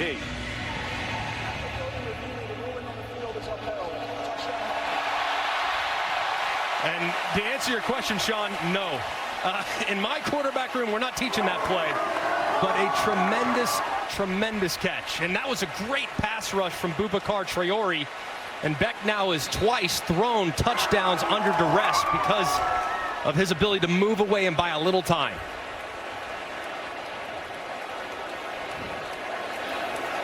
Here's Carter Davis. No problem with the last 2 snaps after the miscue on the first field goal try. Miami back on top with 12 to go, seconds in the half. And this is a nice double move out of the bunch. You'll see just a little hesitation. Look inside, right around Leonard Moore. The safety's there to make the play, but CJ goes up and snags it. But the pass rush here on the left-hand side is pretty remarkable. He's the one in Boubacar Traore that forces Beck to retreat off of his spot. He beats the left tackle inside, spins inside, and look at the retreat. Just a little bit of time that Carson Beck was able to play, and that's now 2 touchdowns off a fadeaway jumper. Look where Dodge Schuler was going. I think he was anticipating he was going to catch that ball and take off in the other direction. But snatched out of the air by Daniels, a 6th-year player from Lilburn, Georgia. 3 catches in his Miami debut. And especially massive, too, knowing that Miami deferred to the second half. So they got a chance now to go 2 for 1, score at the end of half, and potentially pick up a big lead with the opening drive touchdown in the second. Touchback off the foot of Carter Davis. Stay tuned for the Starbucks halftime report. Kevin Nagandi, Booger McFarland, and Dan Orlovsky standing by. They'll review the other game earlier today. South Carolina's win in the Beamer Bowl. Shane Beamer leading Virginia Tech, school where he grew up, on the sidelines with his legendary dad, Frank Beamer. He's also one of the all-time great men in the history of college football. Few in the world better than Frank Beamer, and a good win for South Carolina to kind of live up to some of the preseason expectations they have. C.J. Carr takes a knee. He'll finish his first half as a college football starter, 8 out of 12 for 54 yards and the memorable touchdown. 2 touchdown passes for Carson Beck on 147 yards passing. Daniels the second reception after Malachi Toney starred early for Miami. 188 yards for Miami, 115 to Notre Dame. Coach, up by a touchdown at the half. What has your attention? Our team needs to keep just focusing on the fundamentals and the technical part of the game. You know, we fumbled the snap trying to kick the extra point. we're getting tangled up with a guy down in 2 minutes. With each system clock, we convert anyways. And then on split zone, we get beat twice. So we're doing a lot of good things. We're playing with a lot of energy and intensity. We got to make sure we focus on finishing the job. Thank you, Coach. Let's go to Molly with Marcus Freeman. Coach, how do you better defend Carson Beck in Miami's passing attack? We got to make him uncomfortable. We're not making him uncomfortable. He's sitting back there. He's scrambling. If we can't get 4-man pass rush, then it's going to be a long night. Now, if we have to create it with 5-man pressures, we will. But he's comfortable, right? And he's too good. If you let him be comfortable back there, he'll pick you apart. All right, thanks, Coach. All right, thank you. Sean. At halftime, it's Miami 14 and Notre Dame 7. Let's send you down to the studio for the Starbucks halftime report with Booger and Dan. Here's Kevin Nagandi. Sean, thank you so much. You see, of course, skyline outside Hard Rock as we get you ready for the second half. 14-7, a pair of CJ wow moments. CJ Carr for Notre Dame, and then CJ Daniels, the transfer from LSU. Another transfer, Carson Beck delivering the pass. By the way, he's not phased. We see that veteran leadership there so far in that first half. Carson Beck is a veteran quarterback who understands Notre Dame plays a ton of man coverage. So even when he gets in trouble, he knows I have one-on-one back there with a safety. I can throw it up and allow my guy to make a play. That's what he's doing. I think the throw it up is fair. Now, I think the reality is Miami's receivers have made some really nice plays for Carson Beck. Paying attention in the second half, does Notre Dame get to him? And then does a ball get thrown to Notre Dame that maybe is one of those throw-it-up balls? Well, by the way, this is one of those, no. This is a freshman. Oh, my gosh, this is a freshman. Look at him. The poise and the awareness to realize, like, oh, it's only a 3-man rush. I can hold it and hold it. A sack's not really a big detriment to my offense there. Notre Dame's got to spread Miami's defense out, run the football. I think that's going to help the young quarterback. No doubt. And when Notre Dame started moving the football, they took it off of C.J. Carr. Yeah. They ran the football. The best part of their team is the backfield and the offensive line. Let's figure out a way to get to it. Formation you to death, but in the end, let's run the football. Are you guys surprised we're not seeing more of Jeremiah Love getting the ball? Yeah, I think Notre Dame finally got some first downs in that second quarter. Yeah, they finally got some first downs. But Boog's right. Like, you don't want to play this Miami front in a shrunk down, very close formation. You want to force them to play sideline to sideline, and then Love and Price can be the impact guys. One of the biggest storylines in week one we've seen so far, new faces in new places, and that was another storyline at LSU making a big statement, of course, and how about what Florida State did to Alabama? We'll also break down some tape you need to see of Arch Manning.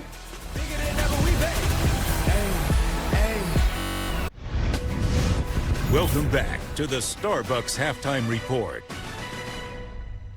Look, Dan, Kevin, week one did not disappoint. So many storylines we saw on Saturday. And, of course, Saturday night on ABC, it was LSU in Clemson's Death Valley, and they get a win. No doubt, Kev. LSU showed up in the fake Death Valley, and they brought their defense. They shut out Clemson in the second half, held them to 10 points overall. They ran the ball 31 times on offense. And dare I say, Dan, Garrett Nussmeier looked like the best quarterback in America. No lies. Brian Kelly gets his first season-opening win for the Bayou Bengals. Tommy Castellanos from Florida State, he called his shot. He called out Alabama, and he backed it up, Dan. No question. We saw some throws down the field where guys on the perimeter made some plays, but the legs, the electricity, the playmaking showed up for Castellanos. And then any opportunity that they had to make a big play under Gus Malzahn as their new play caller, that offensive unit stepped up. An outstanding win at home for Florida State.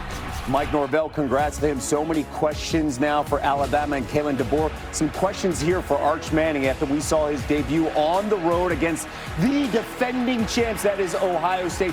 Matt Patricia looked fantastic as the new DC. It's one thing to be confused by Matt Patricia. It's another thing for Arch Manning to be inaccurate, Kev. That's the most surprising thing, Dan. Arch really wasn't accurate. You expect a quarterback like that to have some fundamentals. He missed a lot of chippies. I think a lot of that inaccuracy was because of Matt Patricia. Arch Manning looked that way because of the constant picture change. Patricia would show one thing pre-snap out of that Ohio State defense and change it. 3 different examples. The first third down, a first down in the second quarter, last play of the game. So as a quarterback, Arch gets to the line of scrimmage and he sees 1, 2, 3, 4, 5 guys, and then really 3 deep defenders. And you anticipate maybe a 3 deep coverage, okay? Ball's going to get snapped pre-snap. This is the first third down of the game, and I want everyone to pay attention to bottom of the screen. That defender's one-on-one. Quarterback's not throwing the ball down there. So now as a quarterback, you're sitting there going, okay, I have 1, 2, 3 defenders there to 2 receivers. Advantage the defense, 3 over 2. And then I have another opportunity, 1, 2, 3 defenders up top to only 2 receivers. Advantage defense. 2 different 3 over 2 opportunities for Arch Manning. The only place that he could actually throw the football to is the tight end because it's the right read, even though it doesn't get them the first down. The picture change from pre-snap to post-snap, a big deal. No doubt, but Dan, what you have is a quarterback that's confused because early on, he's thinking one coverage. Then you have cover 2 at the top of the screen, cover 4 essentially at the bottom. Pre-snap to post-snap, he changed the picture. Outstanding. That's the story of the game. So then you go first down in the second quarter, under center play action. Let's see if we can take a shot down the field. A couple things. As a quarterback, you get to the line of scrimmage one more time. 1, 2, 3, 4, 5, 6. Essentially 7 guys at the line of scrimmage and kind of like a flat line. So you're thinking maybe here comes all-out pressure from the defense. I want everyone to pay attention to these 2 guys up at the top of the screen. Ball is going to get snapped, and all of a sudden those guys sprint backwards. He goes to the middle of the field, so as a quarterback, you're going, wait, there's now a guy going to deep middle of the field, and he's going to bluff and drop off. Once again, you're going to get a ton of coverage, 3 over 2. You have 3 defenders up top, 1, 2, 3 defenders, 2 defenders versus 1, and then you have another 2 guys there versus 1. That's advantage defense. 2 over 1, 2 over 1. The picture change. Arch is going, where is everybody? Where is everybody? Hold the ball, nowhere to throw the football. But let's not forget why that's important. You got a young quarterback making his first start on the road. I'm going to show pressure. I'm going to show all-out pressure because I know he's young, on the road, doesn't want to make a mistake, and you just want to change the picture at him at the line of scrimmage. And that's why he's thinking and often holding the football too long. And then you get to the last play of the game, and it's this. You're going to get a 3-man rush and then a spy from that defender. Really good job by Matt Patricia fooling essentially everybody on that offense, and you're going to get a mesh concept of here and here. Now, what Ohio State does is they pass it off. You're going to see this defender drive that way and that defender drive that way. There's nowhere for Arch Manning to throw the football. The offensive tackle gets fooled, and all of a sudden on 4th down, there's not an opportunity to throw the ball past the stick. So, yes, Arch Manning wasn't perfect. This is so much more performance-wise about Matt Patricia and that Ohio State secondary versus Steve Sarkisian than it was against Arch Manning. The linebackers are great, too. 3-time Super Bowl champion Matt Patricia against Sark, and a guy making his first start on the road, and it showed. Yeah, this is great stuff, by the way. Caleb Downs making that stop right there, right before the first down marker. It helps to have that talent there in the secondary, like you mentioned. All right, we're going to focus on a game that we saw earlier today and a guy moving up the Heisman conversation, Lenore Sellers. That's ahead. This halftime report is presented by Starbucks. The best game days start with the coffee you love. From your local Starbucks cafe to your favorite tailgate, Saturdays are made better with Starbucks.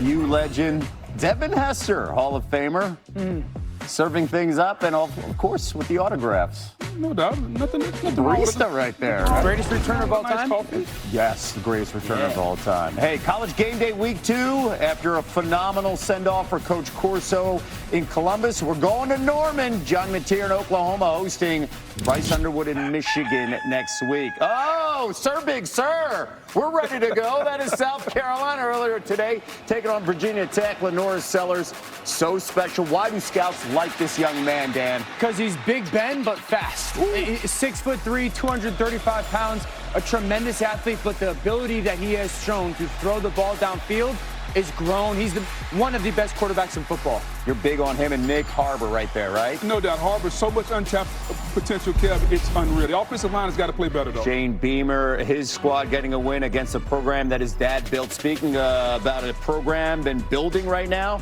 the biggest curiosity, Bill Belichick, head coach at North Carolina. What are we going to see from the Tar Heels tomorrow night on ESPN against TCU?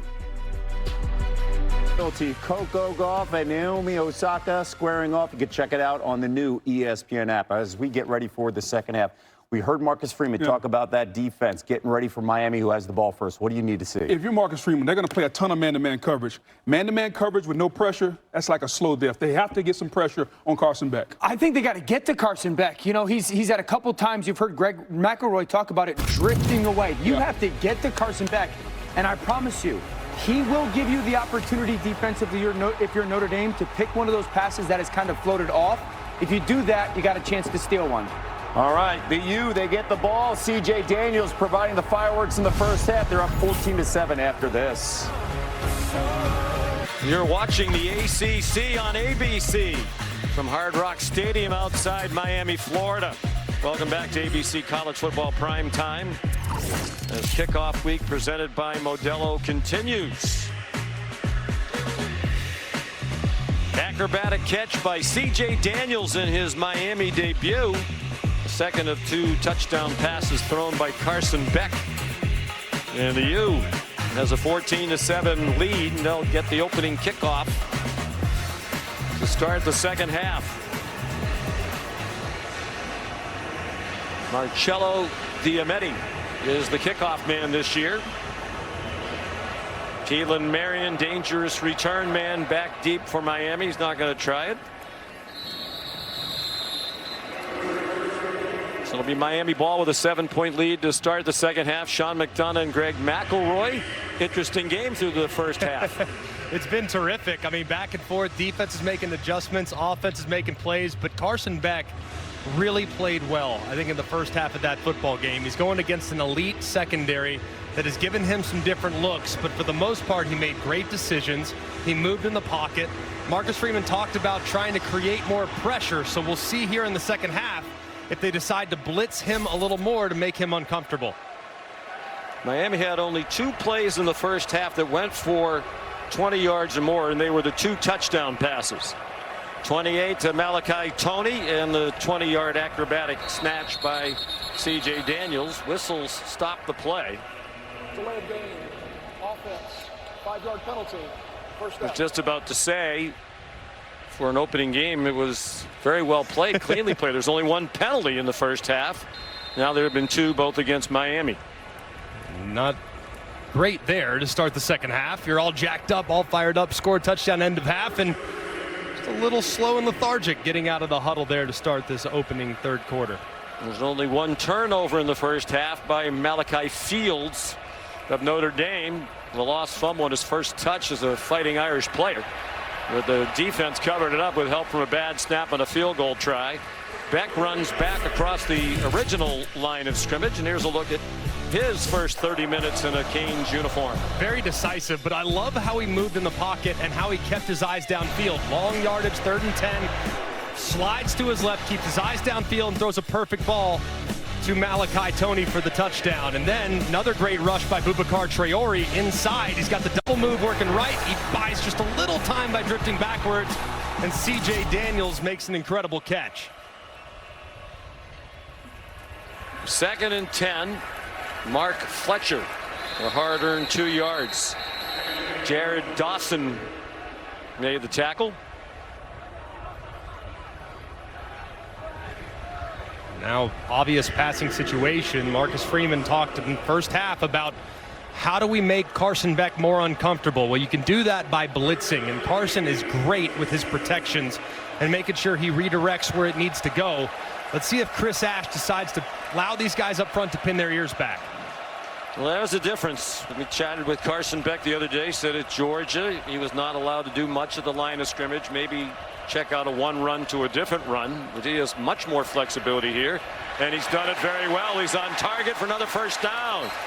Elijah Lofton, the tight end, he was a backup last year and had 9 catches, has a grab here for 15 yards and a first down. And look at the eyes. What does that tell you? Zone coverage. What does Carson Beck do a great job of? Diagnosing it and making a great throw. When the eyes are on the wide receivers, you know it's man, but when they're on the quarterback, you got zone. He throws a perfect ball to his tight end for the conversion. Beck 7 for his last 7.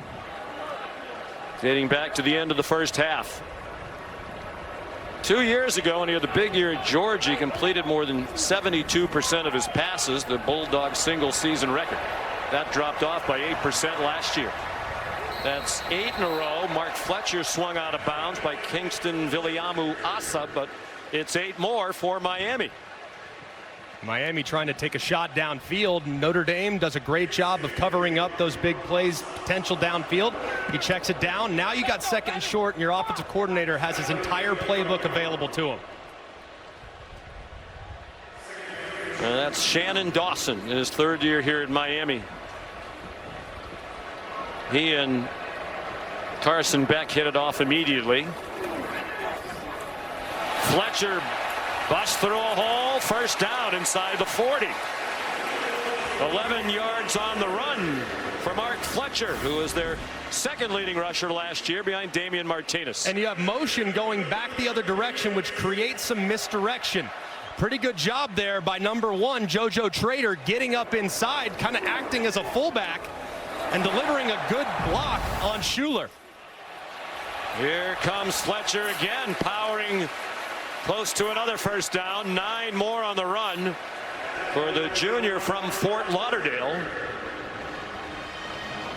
A nice blend of run and pass here, dialed up by Shannon Dawson. He said he and Beck hit it off immediately. Carson Beck said he just appreciates Dawson's personality. Shannon is a pretty chill guy, and they've just meshed. You can just tell Carson is playing so comfortable and is happy in this offense. I'd be looking to take a shot on 2nd and short.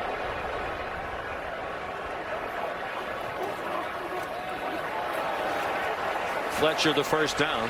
Of course, when Carson Beck got here, he couldn't participate in spring practice. He was coming off the elbow surgery on his throwing elbow in late December. So he took the time to get in the meeting room, get to know his teammates. Couldn't throw until March. He said that really wasn't a problem. Yeah, but developing those relationships, working on the chemistry without being able to throw was massive. So when he got to throw in the summer, just 300 balls a week, was on a pitch count, he had already developed such trust and rapport. He hosted a Super Bowl party, did an amazing job this spring, really making sure his teammates came first. Marty Brown, the ball carrier. And Shannon Dawson said, they did their homework on Carson Beck. There was a lot of stuff out there in social media last year. But he had a long conversation to Dawson with Todd Monken, the former offensive coordinator at Georgia, who's now with John Harbaugh and the Baltimore Ravens. And he said Monken went on for about an hour, all with positives.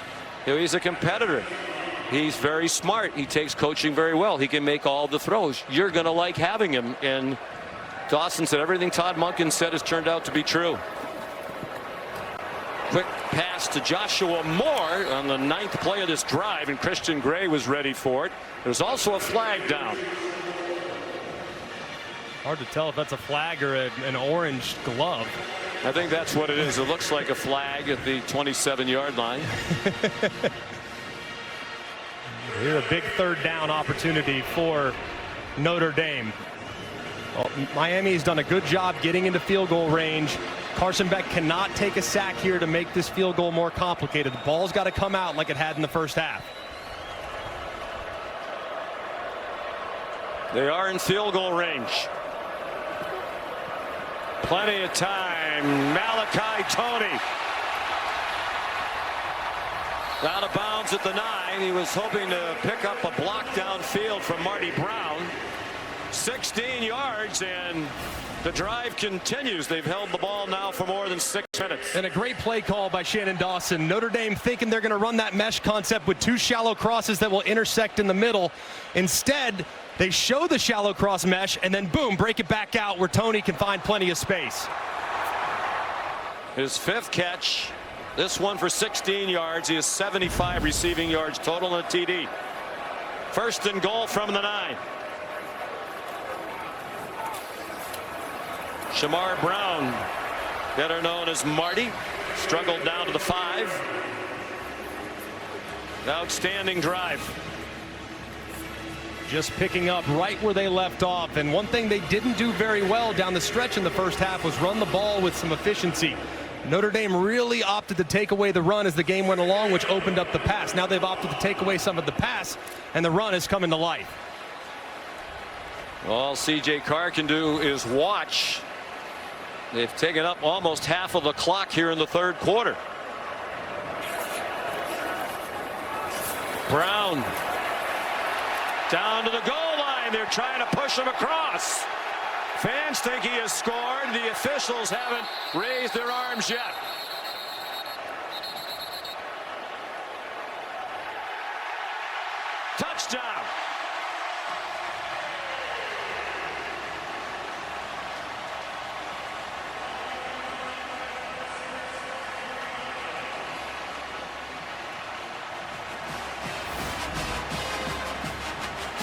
So hard to tell in the scrum whether or not that ball does cross the plane. The fact that it was called a touchdown on the field is massive. And big Francis Maui Noah and Nez Cooper pushing all the way through to find pay dirt. Just a physically imposing, challenge-making drive for the Miami Hurricanes. So we got more than half the quarter. 7 minutes and 37 seconds. 75 yards in 12 plays, and Marty Brown, another newcomer from North Dakota State, where he's had 15 touchdowns as a freshman last year. Has his first for Miami. The replay booth taking a look at it. Bill Scott is the replay official. So that's the first rushing touchdown of this game if it stands, and we anticipate it will. And it has. Carter Davis makes it 21-7. And the onus on C.J. Carr and the Irish offense to respond when they finally get their chance here in the third quarter. A lot of newcomers shining tonight for Miami. From Hard Rock Stadium outside Miami, where the Miami Hurricanes have won all 17 home openers since they moved to this facility, and Carson Beck leading C.J. Carr and Notre Dame 21-7 after a very impressive drive to start the second half on the heels of a similar drive to end the first half. Carter Davis a touchback. C.J. Carr on the field for the first time in this half. The highlight of the first half in his first career start. This touchdown pass. Yeah, just a great job of extending the play, buying time. Defense, the backfield falls asleep, and he throws a perfect touchdown. But that was really the last meaningful snap that C.J. Carr has played in the 7-7 at the time when he delivered that throw. Now in a 14-point deficit, put some pressure on the young quarterback. 8 for 12. They started the game with 4 straight short passes. Meanwhile, the man many consider to be the best running back in the country, Jeremiah Love, has just 4 carries. And then they faked it to him again, and the pass errant in the direction of Eli Reardon. Well, Sean, quarterback C.J. Carr with a lot of short passes in the first half. Marcus Freeman told me they'll let him open it up a bit, throw the ball downfield, emphasizing the priority, loosening things up for the run game. He emphasized we have to run the ball better. We have to get the ball into Jeremiah Love's hands. He is our best playmaker. We need a long, explosive run from him. Preseason first-team All-American. They send him out of the pass pattern. That pass is batted down.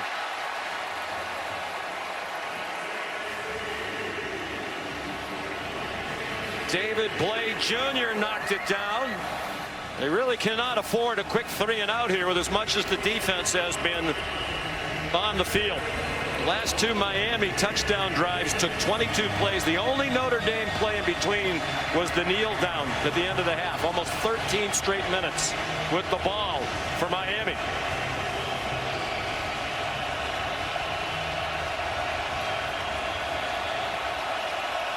Crowd on their feet. They love the play of this revamped Miami defense. They tried to set up a middle tight end screen, and that was incomplete.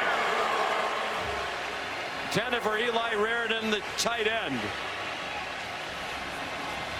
Just a nightmare start for the Irish in the second half. To see their defense get physically pushed at the point of attack all the way down, giving up a couple third down conversions through the air, and then their offense going 3-and-out with 2 very inaccurate passes. They got to settle down on the sideline.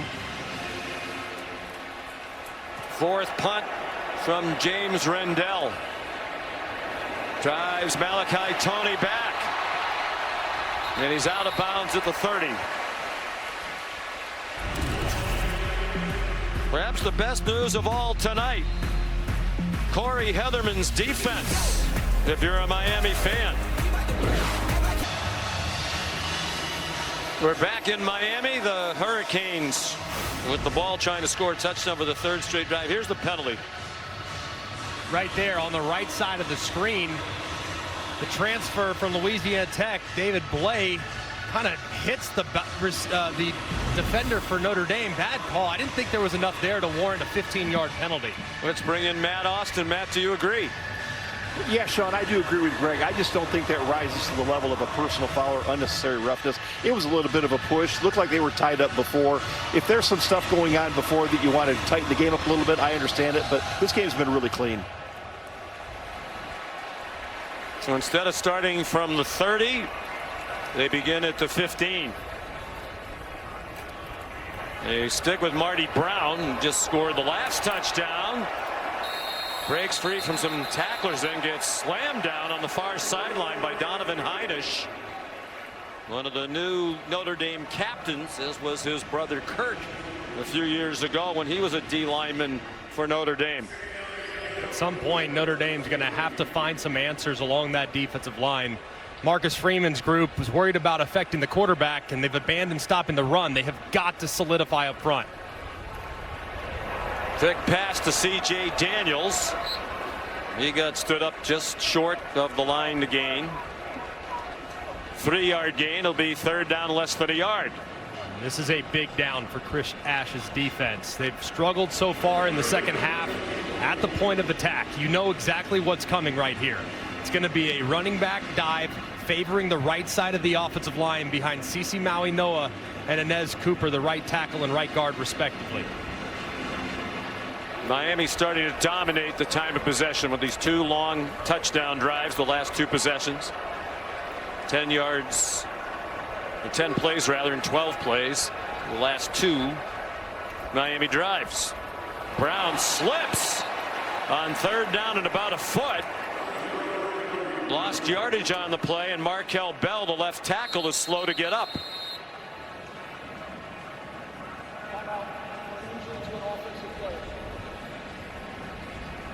That was enormous for Notre Dame. Really did a great job on the right side of that defensive line. They knew where it was going. That ball's going to the right-hand side behind the All-Americans.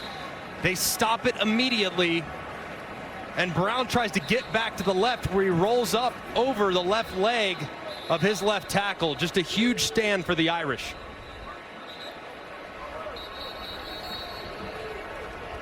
He slipped first, and then he rolled up onto the back of Bell. If they have a concern on the offensive line, it would be Markel Bell, the left tackle. He's been pretty good. Has had his hands full a couple times with the edge rushers, but in the run game, that's where he's excellent.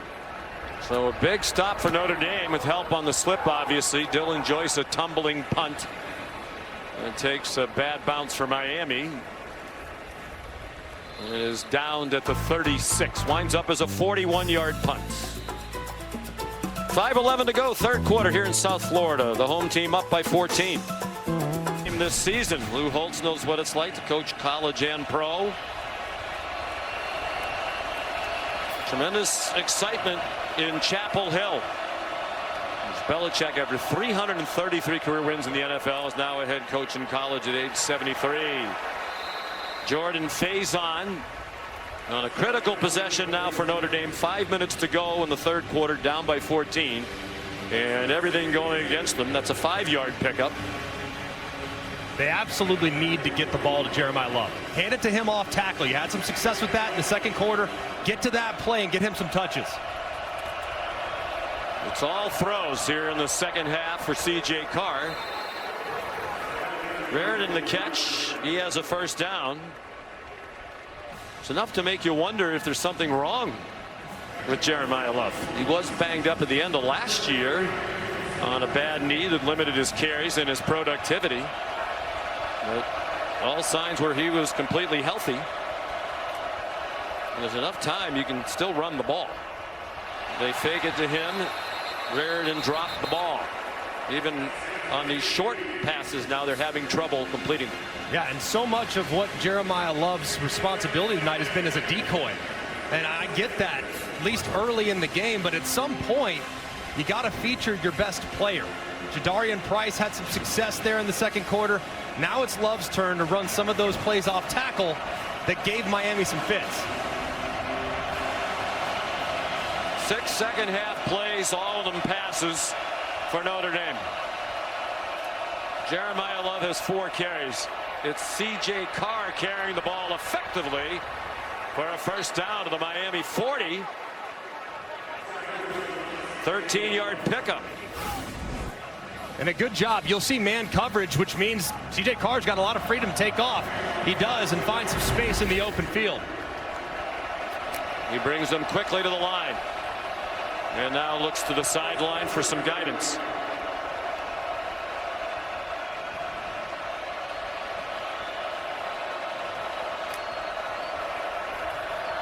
Given a pocket, hand fighting, and what a catch!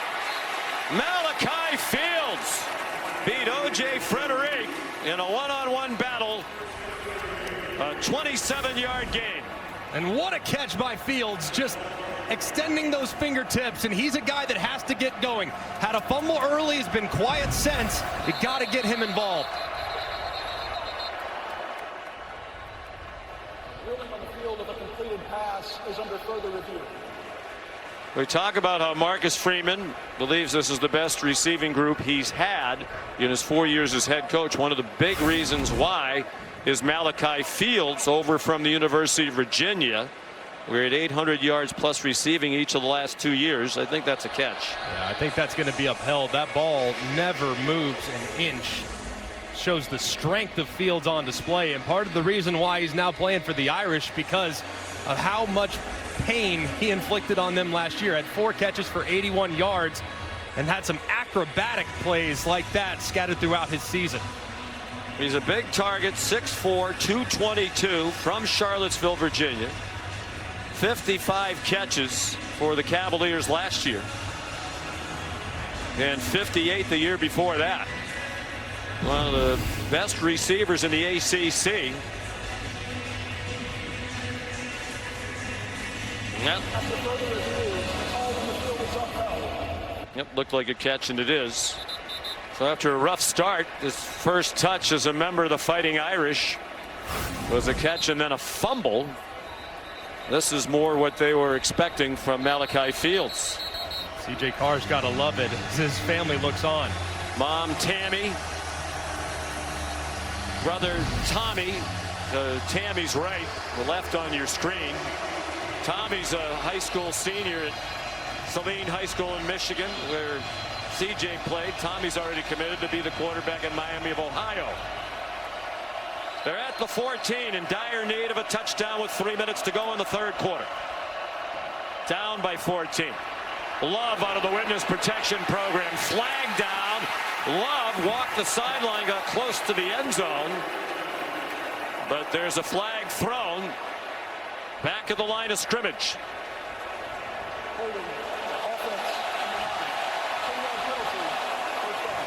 Huge first penalty of the night assessed to Notre Dame. And you'll see it's actually the left tackle, Anthony Knapp, who's had his hands full tonight with the outstanding defensive end, Ruben Bain, just grabs that jersey a little bit too long as Love breaks to the outside. I think you got the right guy. There's the hold. Raridan, the hold on Keontae Scott. Definitely looked like bad timing for their first flag of the night. They're back at the 24-yard line. 1st and 20.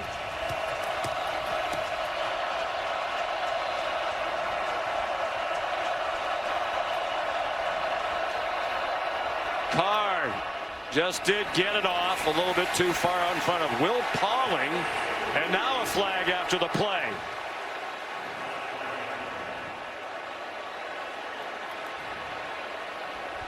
Perhaps for a defensive holding penalty.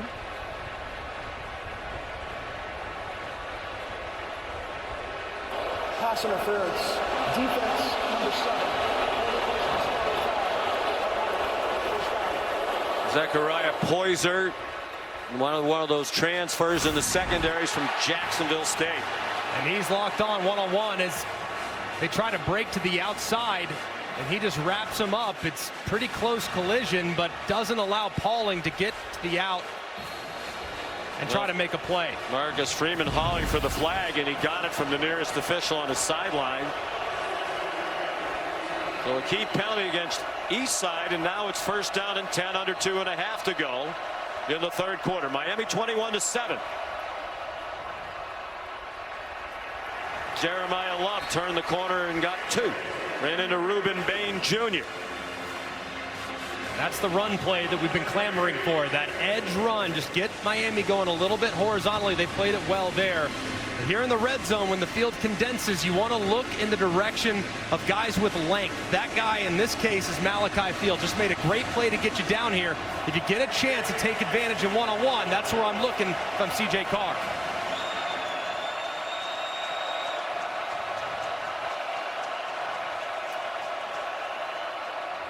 Love up and over and down at the 8-yard line. Made a habit of leaping defenders last year. 3-yard pickup there. Here comes a critical third down. Down here, third and medium. Could see quite a bit. I would move the pocket. If I'm Mike Denbrock, the offensive coordinator, I would try to create a little bit of a rub. I'd burst someone out in the flat. I would roll C.J. Carr to his right to simplify the read. Officials have stopped the play for a moment. It looked like there's a problem with the chains on the far side of the field. Third down and 5. Notre Dame is 3 out of 7 on third down. Adam Savoie still trying to figure it out.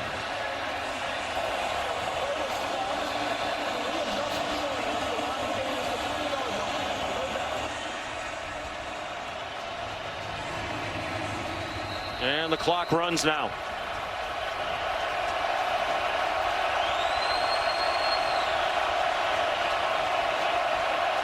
Love is the running back on the left hip of C.J. Carr. Love, a lead blocker for C.J. Carr. He got blasted short of the goal line, but he got the first down. Who said he's not a runner?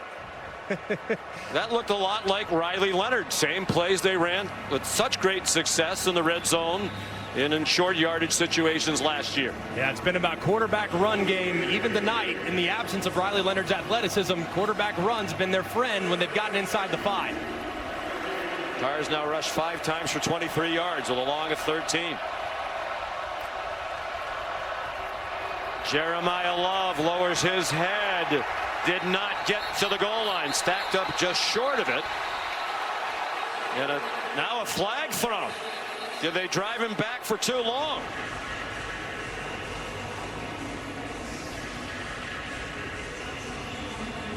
Couple of flags thrown at the end of that play. Love got just shy of the goal line. They drove him all the way back near the 10-yard line. Personal foul, unnecessary roughness. Defense number 23.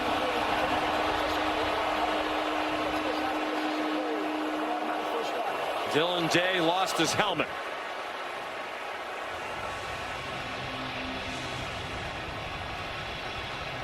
And another break for Notre Dame. It stopped the clock as it looked like the quarter might expire. That's a tough. There's the helmet coming off Dylan Day.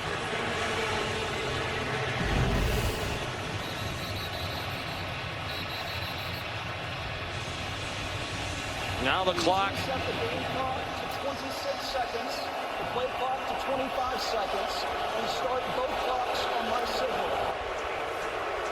Issues with the chains, issues with the clock. Marcus Freeman's team helped by a couple of defensive penalties here against Miami. First and goal from inside the 1. Love stopped short of the goal line. On what's going to be the last play of the quarter. Jacoby Thomas, known for being a good run defender. He's a secondary player who likes to be around the line of scrimmage. And he was there to stop Love, who lost his helmet at the end of the play. End of 3, 21-7 Miami, but Notre Dame's at the goal line. Second and goal when we come back. ESPN's presentation of college football on ABC We'll return after this message and a word from our ABC stations.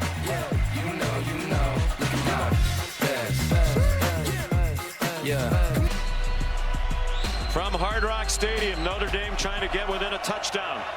2nd and goal at the 1. Aeneas Williams is the running back. He collides with Carr, and they still score a touchdown. Jordan Faison. Tammy Carr watches her son throw his 2nd touchdown pass of his college career, both tonight in his first career start. And what a drive that they absolutely had to have.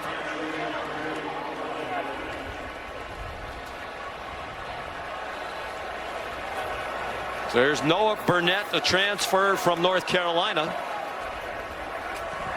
They try to make it a 7-point game with almost the entire 4th quarter still to play.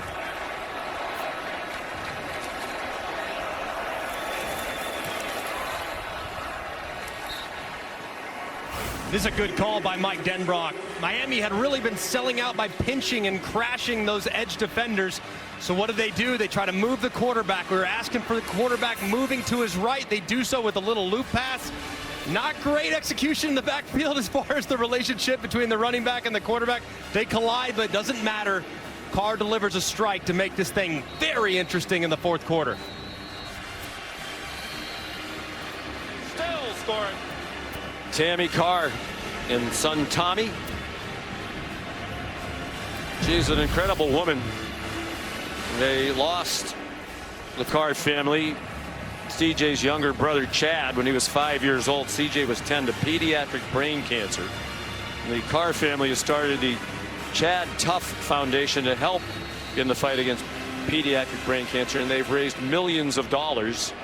They had a gala in the Ann Arbor area in May that raised $1.8 million.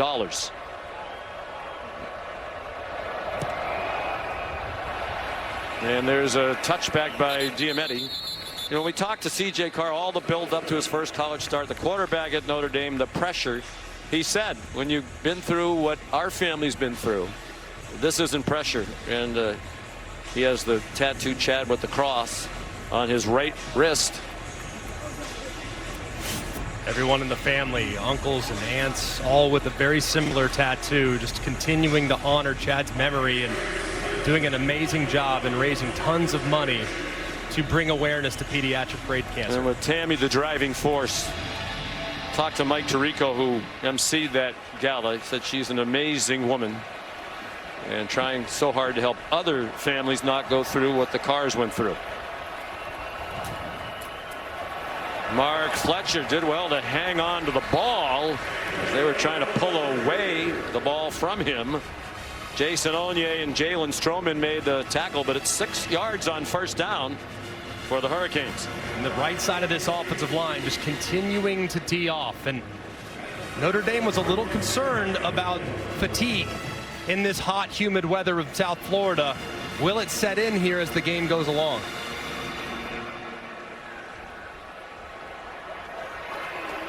Beck 11 for his last 11.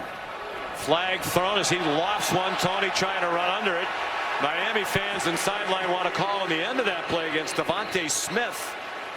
They don't get the flag in the secondary. There is a flag thrown in the offensive line pit. Holding. Offense, number 73. Inez Cooper called for the hold. So the penalty starting to pile up after there was one penalty total in the first half. Watch Inez Cooper as he engages and with that right arm kind of grabs. Looks like Onye, but it almost looked like Onye got tripped up a little bit in the backfield. And was there a call that needed to be made in the secondary? Yes. Didn't look like a crazy amount late, but early it did look like there was a bit of a hold. It looked like a lot late to me too. He spun him around as the ball was coming there. Well, Miami fans starting to get a little agitated. All of a sudden they've been called for 6 penalties. Notre Dame 1. The dump off to Malachi Toney, and he's down at the 28. But Notre Dame, after scoring on its last possession, with a big 3rd down on defense. 3rd down and 7. Shannon Dawson has gone to the well multiple times looking in the direction of Malachi Toney on a little bit of an in route misdirection all the way back out. That's to beat man coverage. Will they try to go back to the well again and hit that return route for the young talented freshman?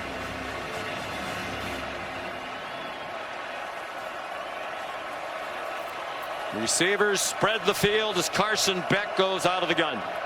19 out of 26 for 196 and 2 touchdowns. And a timeout called by Miami just prior to the snap. Prior to the snap, timeout, Miami, their first. Timeout on the field. With 13:27 to go, a one-score game in the renewal of this great college football. That's the last time Notre Dame played here. It was their last win of last season. The college football playoff semifinal against Penn State when they won on a last-second field goal by Mitch Jeter. Defending a huge 3rd down and 7. Miami up by a touchdown with 13.5 to go. Carson Beck was given a pocket, but he took too long, and they take him down. Boubacar Traore, who's been a big factor tonight for the Notre Dame defense. The first sack of the game for either team.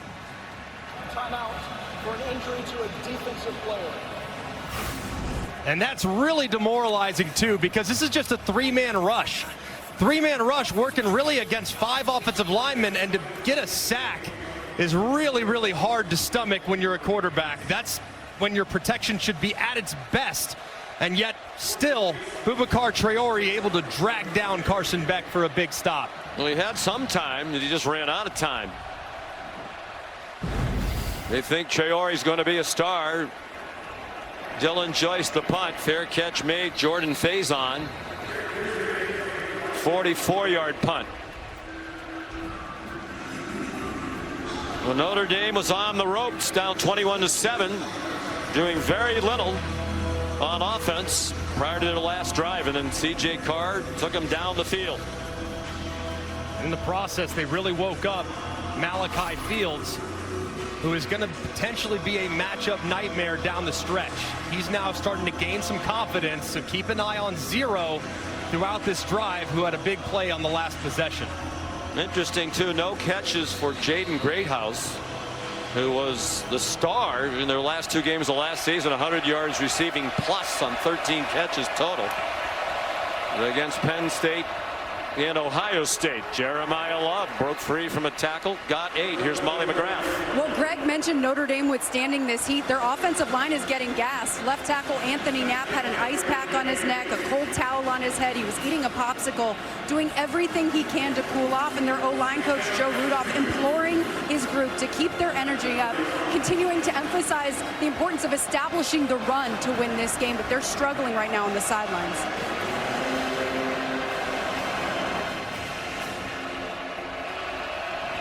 Second and 2.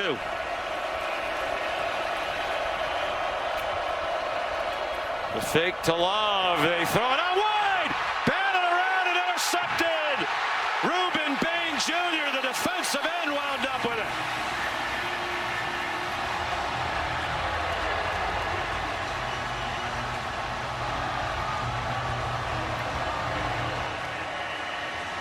Notre Dame has run that play so many times, and Miami was all over it that time. Damari Brown knocked it up in the air, and Bain has the interception and a 15-yard return. When you chase the ball, good things happen, and that's exactly what happened for Ruben Bain. Gets tipped up in the air a couple times into the awaiting arms of the All-American defensive end. It's great hustle to get out there and try to make a play, as you can see it from the Progressive Pylon cam. Yeah, and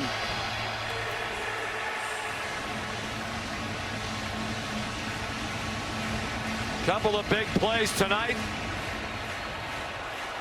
And that is the second turnover, both committed by Notre Dame. Let's see if Miami goes for the jugular here and tries to take a shot on sudden change. At the very least, they're in field goal range to make it a 2-score game again. An enormous turnover. Fletcher got popped by Adon Schuler, stayed on his feet, got finished off by Drake Bowen. Not accustomed to seeing Notre Dame make mistakes. They last year in their playoff run were so outstanding You look at the turnovers forced and how well they protected the ball, and now tonight off to a bad start at the C.J. Carr era with turnovers. -2, +18 last year. They led the country in takeaways on defense last year with 33. Haven't had one tonight.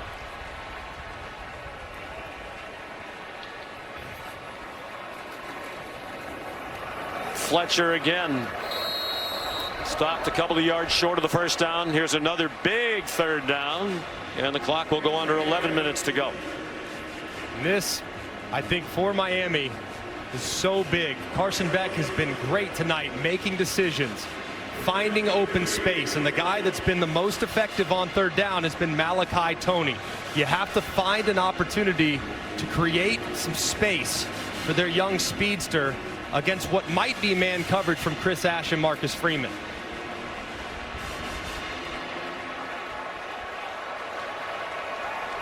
Four out of 10 on third down. Last 2 possessions, 3 and outs for Miami after those impressive touchdown runs. They keep it on the ground, not wanting to risk a turnover in field goal range. Some of the crowd doesn't like that call. Kick it, says Mario Cristobal. Now they have an unsettled kicking situation.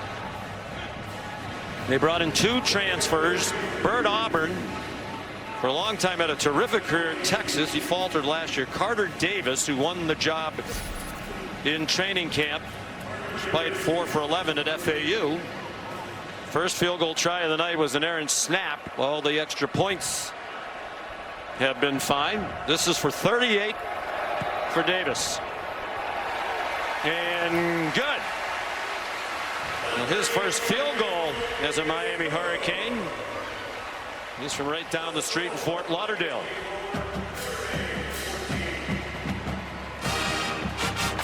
The defense from the U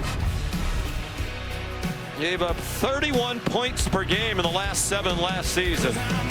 Much improved in the opener this time around in the big play by Bain.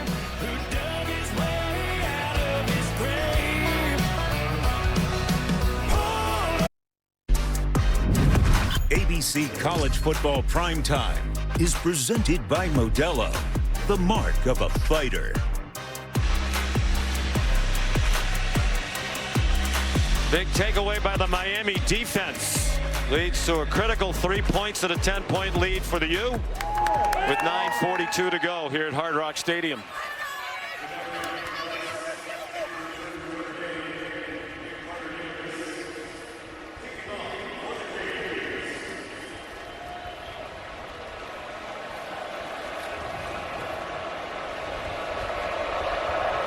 Here's Carter Davis, who just kicked the field goal. Blasts the touchback over the head of Jadarian Price. So I was going to ask you, does this take, now being down by 2 scores with under 10 minutes to go, does it take Jeremiah Love out of the game? But he really hasn't been much of a factor in the game. No, he hasn't, but he's still a guy that you can incorporate via the pass game. You don't have to abandon the run right now by any stretch. You got to get some points, you got to get some drives, but we're not yet at a point where you got to get into a 2-minute operation. So he could still very much be a factor, but the urgency needs to lift up just a little bit with how Miami's controlled the line of scrimmage with their offensive line running the football. Love 9 carries for 27 yards. C.J. Carr 12 for 21 passing, but just 92 yards. And the 2 touchdowns. Just through the interception on that ricochet. Checks it down to Love, who takes off up the sideline. He took a hard hit as he went out of bounds at the 32-yard line. Malik Bryant hit him up high. They're going to mark him out back at the 30 for a gain of 5.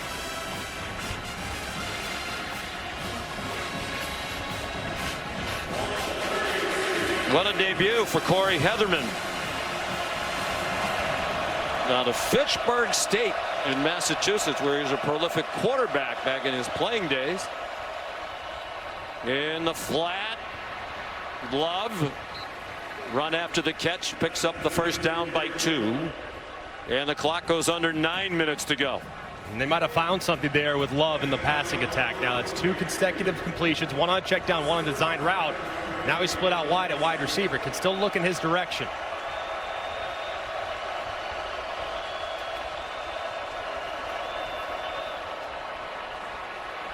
Eli Raridan, a 9-yard gain. I think the encouraging thing for that Miami defense is you don't see the communication issues and the bus that really derailed their season at the end of last year. And it feels like the tackling has been significantly improved in the back end as well. Jacoby Thomas is the injured player.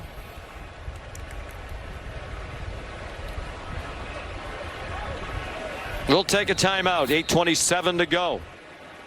Miami leading Notre Dame by 10.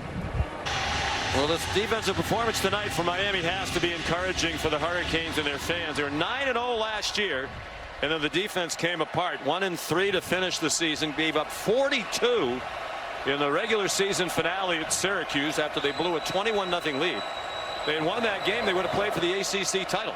Something they still have not won in 21 years in the league, and they probably would have been in the CFP, almost certainly. So the defense much better tonight, as we say that wide open Malachi Fields, and swung out of bounds near the 35-yard line by Xavier Lucas. And so far these last couple plays, this Miami defense has played very passive, playing very conservatively, very soft coverage, allowing the underneaths. But at some point they need to get up and challenge these wide receivers and continue to disrupt the rhythm like they did early in the game. 20-yard gain. They're at the 34 with under 8 minutes to go. C.J. Carr down by 10. He's thrown for 133 now in his starting debut. Pulls it down. And he takes a heavy hit from Mohamed Touré and did well to hang on to the ball. Massive collision by Touré. Just puts that right shoulder right into the side of C.J. Carr, right in the rib section. Man, that is big collision by Touré. Well, they call him Mo the Menace, and that was a menacing blow. One of the things Mario Cristobal said he brings coming over from Rutgers is physicality and a good tackler, and he showed both there. Jeremiah Love, the running back, gets the call on 2nd and 3 and has the first down to the 21-yard line. Akeem Mesidor made the stop, a pickup of 6 for Love. Now, as the field starts to condense, you can anticipate that coverage from Miami getting much, much tighter. There's no reason to defend anything over the top. It can't get behind you on just 30 yards. So it's going to be important for Notre Dame to try to run the football in this part of the field. We just did get David Blay on. Mario Cristobal ran down as if he was going to call a timeout, then realized they would be able to substitute without too many men on the field. Carr, look out. Throws it nowhere. Ahmad Moten Sr. was coming after him. Crowd wants a grounding call, and the officials are talking about it. And here comes the flag. It was Moten from whom he ran away on that touchdown in the first half. Number 13, ball be placed in the spot of foul. Loss of down, 2nd down. Well, that time Moten able to cause the penalty with his penetration. Right around the right guard, Lambert forces Carr out to his left, and he's trying to just get rid of it, but it has to go beyond the line of scrimmage or in the direction of an intended target. It was neither, and a good call by the official to throw the intentional grounding. Loss of 11, under 6.5 to go. Carr given more time this time. Flag down. He threw it over the head of Jaden Greathouse. Targeted just for the 3rd time tonight and does not have a catch. They thought he'd carry the momentum at the end of last season into this year. 1 penalty assessed in the first half. It was against Miami, and now it's become a flag fest. Like it was someone up front, Notre Dame, and kind of pulled himself back. It looked like it was the left guard, Billy Schrouth. After discussion, there is no foul for offensive holding. The judge the play is 3rd down. They are in field goal range. If it's still 3rd and a mile, you would think on 4th down they would try to kick the field goal and get it back to a 1-score game. Big teachable moment here for a young quarterback, though. Absolutely have to get rid of the football. You cannot take a sack. But I would anticipate from Miami just a 3-man rush to try to play defend defense. Love the running back, Eli Raridan, the motion man, and he resets. Pressure immediately. It's a screen. Good call. Jeremiah Love up and over and down at the 20. Still about 10 yards short of the first down. But he is going to make it a more manageable field goal for Noah Burnett in his first attempt for Notre Dame after a solid career at North Carolina, where he made 49 out of 62 field goals, including 19 out of 22 years ago when he was all ACC. And this is a 39-yarder.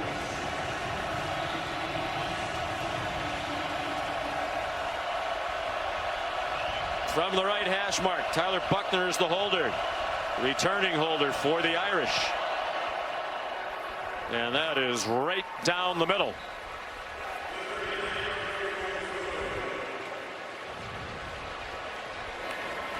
And it's a one-score game with 5:32 to go.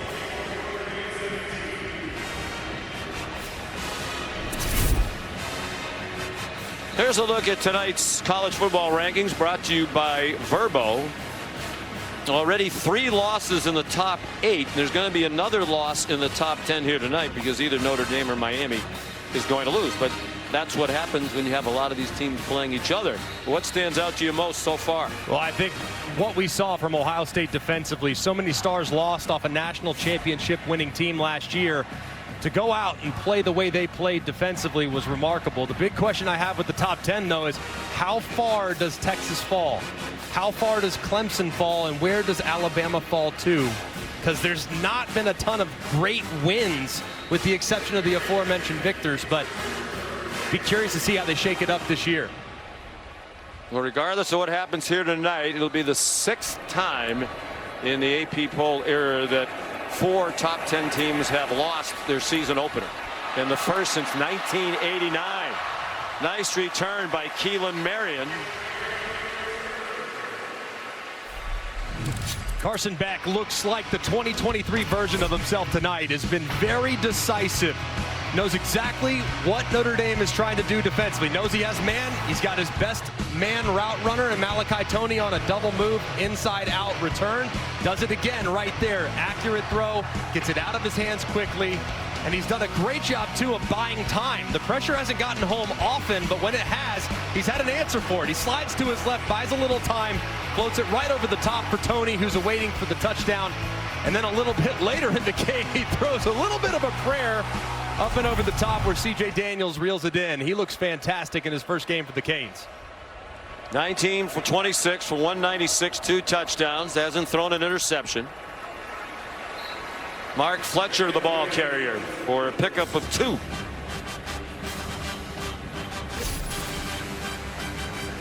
$12 in a row after the 50% start through the first 14 throws as a Cane.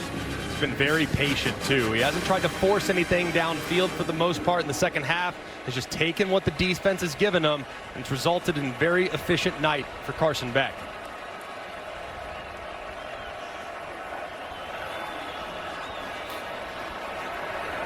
His throw is off target. Crowd thought Toney got hit late after the play. Luke Talich was there. 3rd down and 8. That completion streak ends, and a big play call here for Shannon Dawson. A 3 and out here breathes even more life into the Fighting Irish. And you would anticipate Miami going back to what they did very early in the game. Utilize a bunch formation where receivers are close together. You kind of have that here at the bottom of the screen. They'll get some extra protection from the overhangs. And can they create some separation down at the bottom? They brought Drake Bowen up the middle. Beck was wrapped up, got it off, pushing and shoving. And no flag. Leonard Moore and Malachi Toney collided. It looks like they each gave each other a shove as the ball was arriving, and no argument from Mario Cristobal. So another 3 and out for Miami. And pretty good rush this time around the right-hand side. And Carson Beck does a pretty good job of stepping up and avoiding the tackler. Kind of throws up a prayer, and Toney almost runs out underneath it. They clearly have made the adjustment, though. They say Toney is not going to beat us on 3rd down anymore. We're going to put the best cover guy in the country on him, and Leonard Moore had the answers, but he was asking for OPI, a DPI, you name it.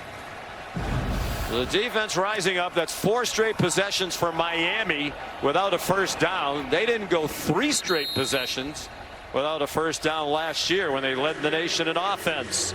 42-yard punt by Dylan Joyce, and Notre Dame with the ball at its own 25-yard line with a chance to go 75 yards and tie it. All 3 timeouts with 4:35 to go.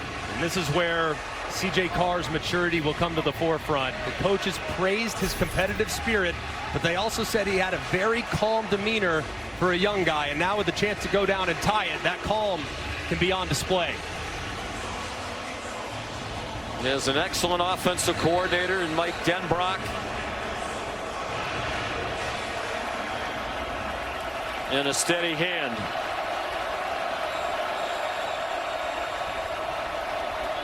Love is the running back.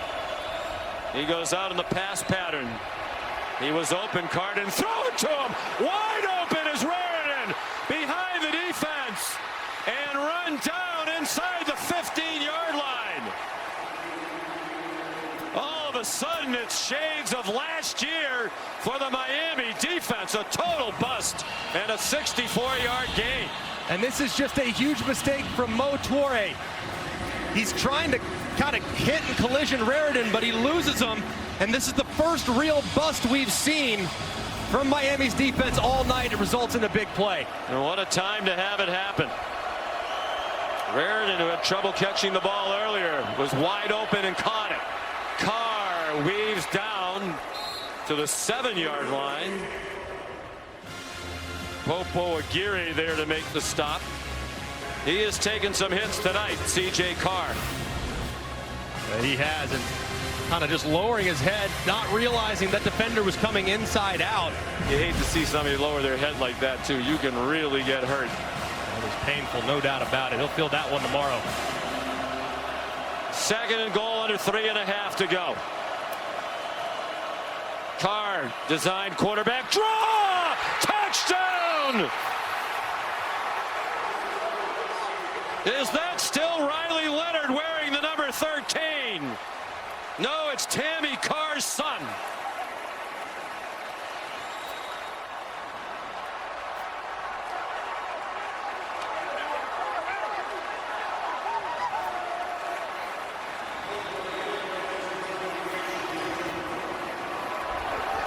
They said he was poised, he was a gamer, the situations wouldn't be too big for him, and all of that has proven to be true. What a debut for C.J. Carr. Now they need the extra point to tie it. And Burnett delivers.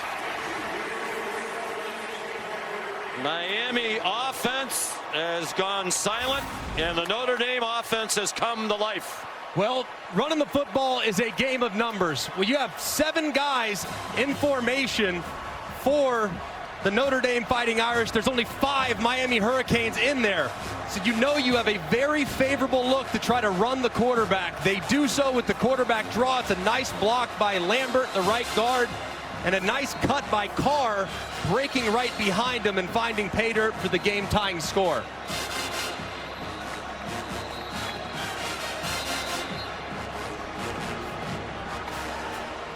Tammy Carr, she's been around football her whole life. She said her dad, Tom Curtis, was a great All-American safety at Michigan. He's in the College Football Hall of Fame. In fact, CJ stands for Curtis Jason Carr. Jason is his dad. What a debut. And dreaming about this day his whole life. He's thrown 2 touchdown passes, and now he's run for 1. With help from the breakdown of the Miami defense. They're so solid all night long in that regard. Diamete kicks another touchback. 3:21 to go. They have gotten a little conservative with the play calling with the lead. Now they have to find a way to ratchet it back up. Yes, and they've done a great job defensively, has Notre Dame, adjusting and moving their personnel. The biggest weapon that Miami's had so far tonight is Malachi Toney. They've taken their best cover guy, and he's now following him around the field. So will that continue in what might be the game-defining drive? Chris Ash's defense has risen up when they've needed to. No first downs the last 4 possessions for Miami. They did kick a field goal off the interception by Bain that gave them the short field. Back a short throw. And breaking a couple of tackles with C.J. Daniels to get 9 on first down. As a quarterback, you know this situation inside and out. You have 2 timeouts at your disposal. You save 1 for the kicker. You need to continue to be methodical. Don't take a negative play. Quarterback with a high IQ. First down run by Marty Brown. Carson Beck benefited from being coached by Todd Monken at the University of Georgia, and Mike Bobo, well schooled in these situations, and both of those coaches and the coaches here just rave about his high football IQ. Yeah, it's a great understanding of defense, and so far these first couple drives, first couple plays of this drive, we've seen zone defense implemented by Notre Dame. Under 2.5 to go. Back deep ball. They tackle the receiver, and there's a flag thrown on Christian Gray. On Keelan Marion. And so often in critical situations, Christian Gray is involved. Good and bad. Had the big interception against USC last year. Another here against Penn State. And he's beat right there, and the ball looked like it was well thrown. If Christian Gray doesn't go down to the ground and try to tackle Marion, that might be out the gate. So it's really a bad penalty. Sure, they're all bad, but not the worst penalty because you might have saved the touchdown. He did get asked a lot of questions about when Jeremiah Smith got behind him for a huge play late in the national championship game. When you have Leonard Moore on the other side and Benjamin Morrison last year, they're going to come in your direction. And the coaches appreciate Christian Gray. Yeah, the interception of Drew Aller in the final 35 seconds last year to set up that game-winning field goal. They're getting closer to field goal range of the Canes. Back, batted down by Christian Gray. Intended for Joshua Moore. Exactly what we're talking about. When he wobbles, he usually responds. Excellent coverage, and this crowd wanted a penalty with that right arm draped behind the back of the intended receiver, but man, that's really sticky and be hard to make that call with it being so bang with tight coverage.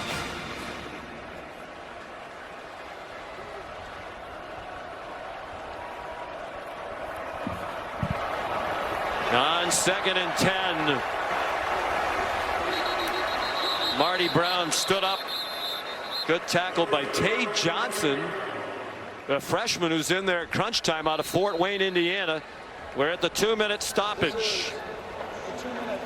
They're not yet in field goal range, but they're very close. A big 3rd down and 2 in a tie game when we come back.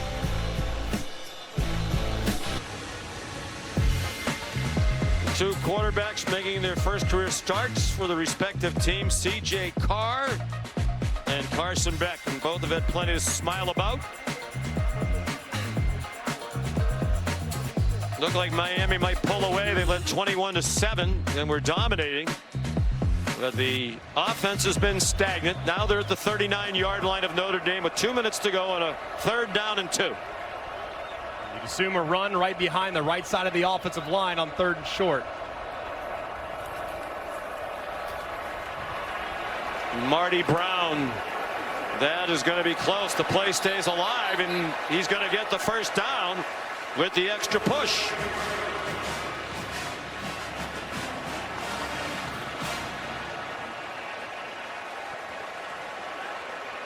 Great second effort there by Marty Brown with some help from Francis Maui Noah, the best right tackle in college football, number 61. Kind of stopped up and watched Maui Noah come in and start to push that pile, and look how it moves. Just great determination there from Miami. Maui Noah 6'6", 315, preseason All-American. They are in field goal range now for either of the two kickers. And they're going to make it a shorter try if it comes down to that on that run. Marty Brown down to the 31. Carter Davis won the kicking battle with fellow transfer Bert Auburn in the preseason. His long is 51. That was last year for FAU against Wagner. A little different circumstances tonight on national TV against Notre Dame. They're already right now, like you referenced, inside of his career long, with the ball sitting at the 31-yard line. So around 48 right now. I wouldn't anticipate anything crazy, and Notre Dame will start to use those timeouts to preserve a little clock. I think they'll probably just run it and just continue to try to pound away and lean on that right side of the offensive line.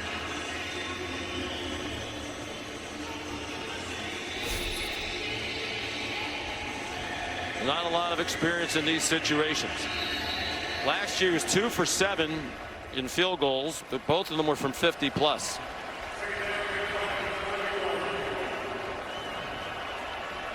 Notre Dame has continued to come up with a big stop when they needed it. They covered up the interception thrown by Carr, and they stopped Marty Brown for no gain.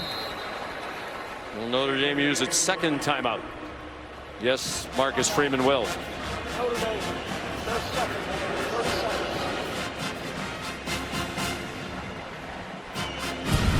Miami scored late in the first half to take the lead. They took the opening drive of the second half, used up more than half of the third quarter clock, and scored a touchdown.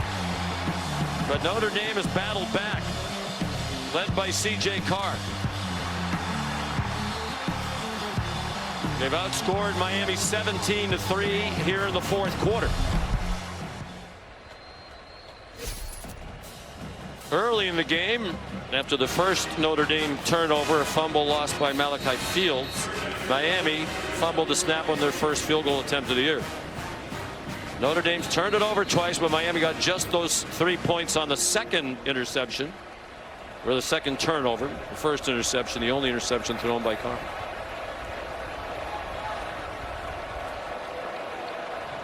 Third down and 4. Will they try to get another first down? They're again very conservative, and they're going to put it on the foot of Davis. And Marcus Freeman will use his last timeout. Timeout. Notre Dame, their third and final. 30 seconds.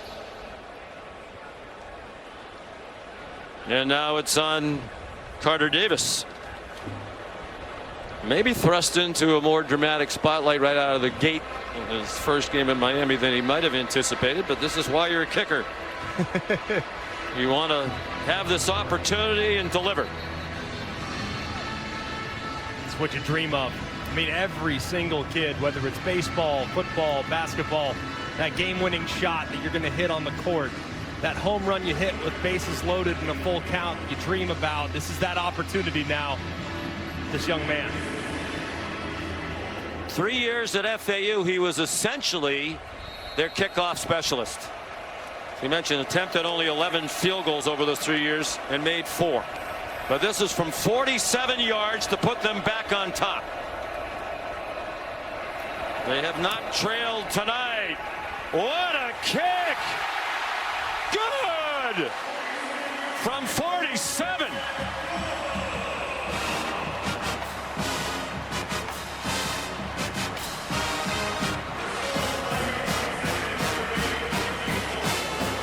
A Fort Lauderdale native, spent his whole career right down the street, and you couldn't hit that one any better than he hit that one. That thing might have been good from 65. He hit that with such adrenaline, way up top on the upright. Just a tremendous strike, showcasing some poise here in another edition of a tremendous rivalry game. It was a competition in training camp between Davis and Bert Auburn. With the long resume at Texas, Davis won the job, and he has rewarded Mario Cristobal's faith in him. Wasn't his fault they didn't get the first field goal off on the bad snap. But time for Notre Dame. They had some drama here the last time they played in this facility in their last win last year in the semifinal, the college football playoff in the Orange Bowl. They won the game on a Mitch Jeter field goal. But they're going to have a lot of work to do to give it to Noah Burnett, wearing the same number 98 that Jeter wore last year. And they'll start at the 25 with no timeouts.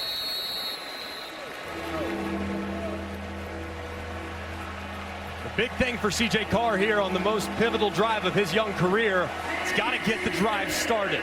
You know you have no timeouts. You know your kicker, they feel good about him inside of 50, so you got to get to around the 33-yard line. Get the drive started. Can't take a sack and favor the sideline. The sideline is your friend. You can anticipate Miami playing a little soft until they get to about midfield. Noah Burnett's long during his career at North Carolina was 52. That was the opening game last year at Minnesota when he made a late game-winning 52-yarder to win it, his 4th field goal of the night. Off the hands of Raridan, who had the big 65-yard play last time, but he's also had a couple clang off his hands. And that was very nearly an interception off the ricochet. Yeah, ball just a little high from C.J. Carr, even for the big intended target of Raridan, but one he should probably reel in.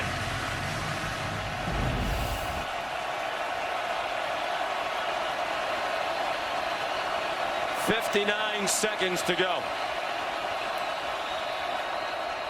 Carr under duress, middle screen. Raridan hangs on. Raridan, good run after the catch.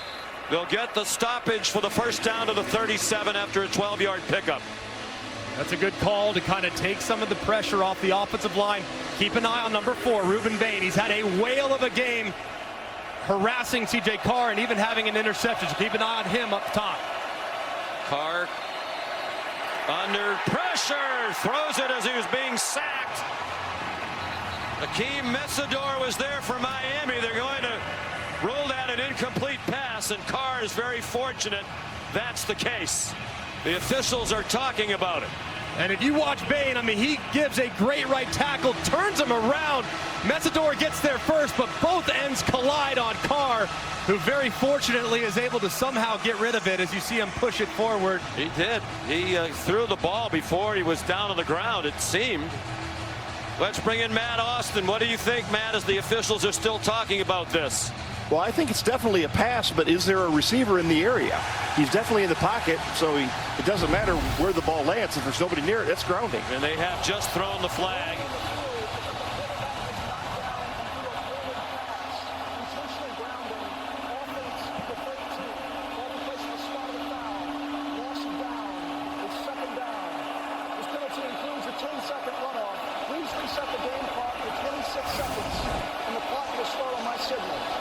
Really nobody over the middle of the field as that pocket collapses around him. Love is out to the flat, and there's nobody. Even if it gets beyond the line of scrimmage, it doesn't make a difference. So a good call by the official. And now you've given this Miami defense a little extra time to recharge and see if those ends can end this game for the Canes and cap what would be a remarkable win for Mario Cristobal. Clock is running. 2nd and 17. He's going down again. Akeem Messidor. Ruben Bain there as well. These terrific defensive ends have taken over on the last couple of plays, and time expires. They're going to give Notre Dame the play, or are they? Now the official on the far sideline is stopping the play, and the game is over.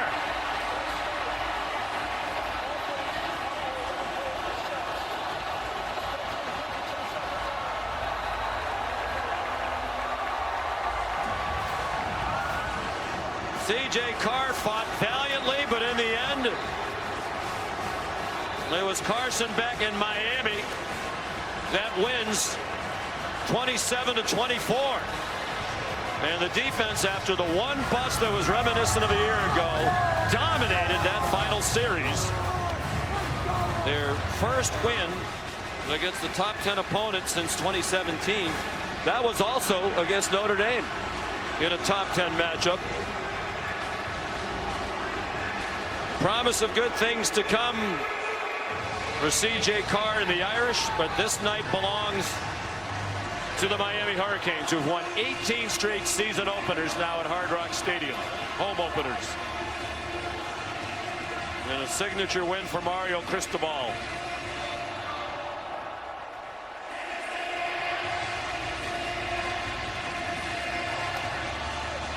Here's Taylor McGregor with Coach Cristobal.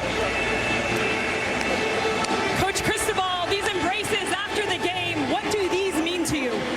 This, I mean, come on, look around. I mean, I played in this rivalry. Look at Michael Irvin, Devin Hester, Andre Johnson, all the ones that made this rivalry what it was. Look at the way Hard Rock is rocking. Miami Hurricane football. I saw you talk to your defense right before that final stop. What did you tell them? One play at a time. That's it. Let's everybody do their job. You know what? They made a commitment all week long to not let anything get in the way of doing their job. It's a great job. Number 6 team in the country got it done. And you gave the job to kicker Carter Davis. What was going through your mind when you watched it go through? Make the damn kick, that's all. What can you say about Carson Beck and his first start with the Miami Hurricanes? What's that? Carson Beck and his first start. What stood out to you about his poise? Winner. Flat out winner and a difference maker. Thank you, Coach. Here's Molly McGrath with Carson Beck. Carson, I just saw a lot of emotion out of you celebrating this win. Where is that coming from? Oh, man, shit. I mean, the past 8 months has been so hard. And I'm just so blessed to be out here to have an opportunity to play again. Man, I love these guys. I'm so proud of the way we played. We played so hard. In the face of adversity, we got it done when we needed to. Oh, man, I'm just so blessed and so thankful to have an opportunity to play this game I love. You said that this team taught you to love football again. How does this group, this offense, bring out the best in you? Man, everyone just loves to compete. It's a real family. It's a real brotherhood. Oh, my gosh. I'm sorry. There's so many emotions. I'm so thankful for the guys that I have around me. I'm so thankful for the way that they work day in and day out. I mean, early mornings, late nights, it doesn't matter. And then we come out here and we execute when it's time and when it matters. So, your defense stepping up big, forcing turnovers. Carter Davis with that 47-yard field goal to win it. How complete is this team? Man, super complete, but obviously we have a lot to work on. You know, it's week 1. I mean, gosh, you got to give credit to them. They're a great team. They have a great defense. They played their butt off today. First starting quarterback. CJ Carr came out there, played a hell of a game and competed for them. They're going to have a great season and go win a lot of games. So I'm excited that we're able to pull out with a dub, man, and, we'll go celebrate this one. Carson, congrats on your first win as a Miami Hurricane. Absolutely. Thank you so much. Sean. Well, Carson Beck, we visited with him during the week. Noticeably different than a year ago. It was not going well for him at Georgia. Everybody can talk about all the circumstances. He felt he was blamed for a lot of things that weren't his fault. It looked like it was time for a new situation, and he seems to have found the right place. Yeah, it's a fresh start. It's exactly what he needed, and he showcased to everybody tonight. The numbers won't blow you away, but when he's playing well, he can play as well as anybody in the country at the quarterback spot. Yeah, the talent is still there, and the joy to play the game of football is still there as well. An impressive debut and a spirited renewal of one of college football's great rivalries. Miami wins at 27-24. Maybe this is the year the U is back. Good night from Miami.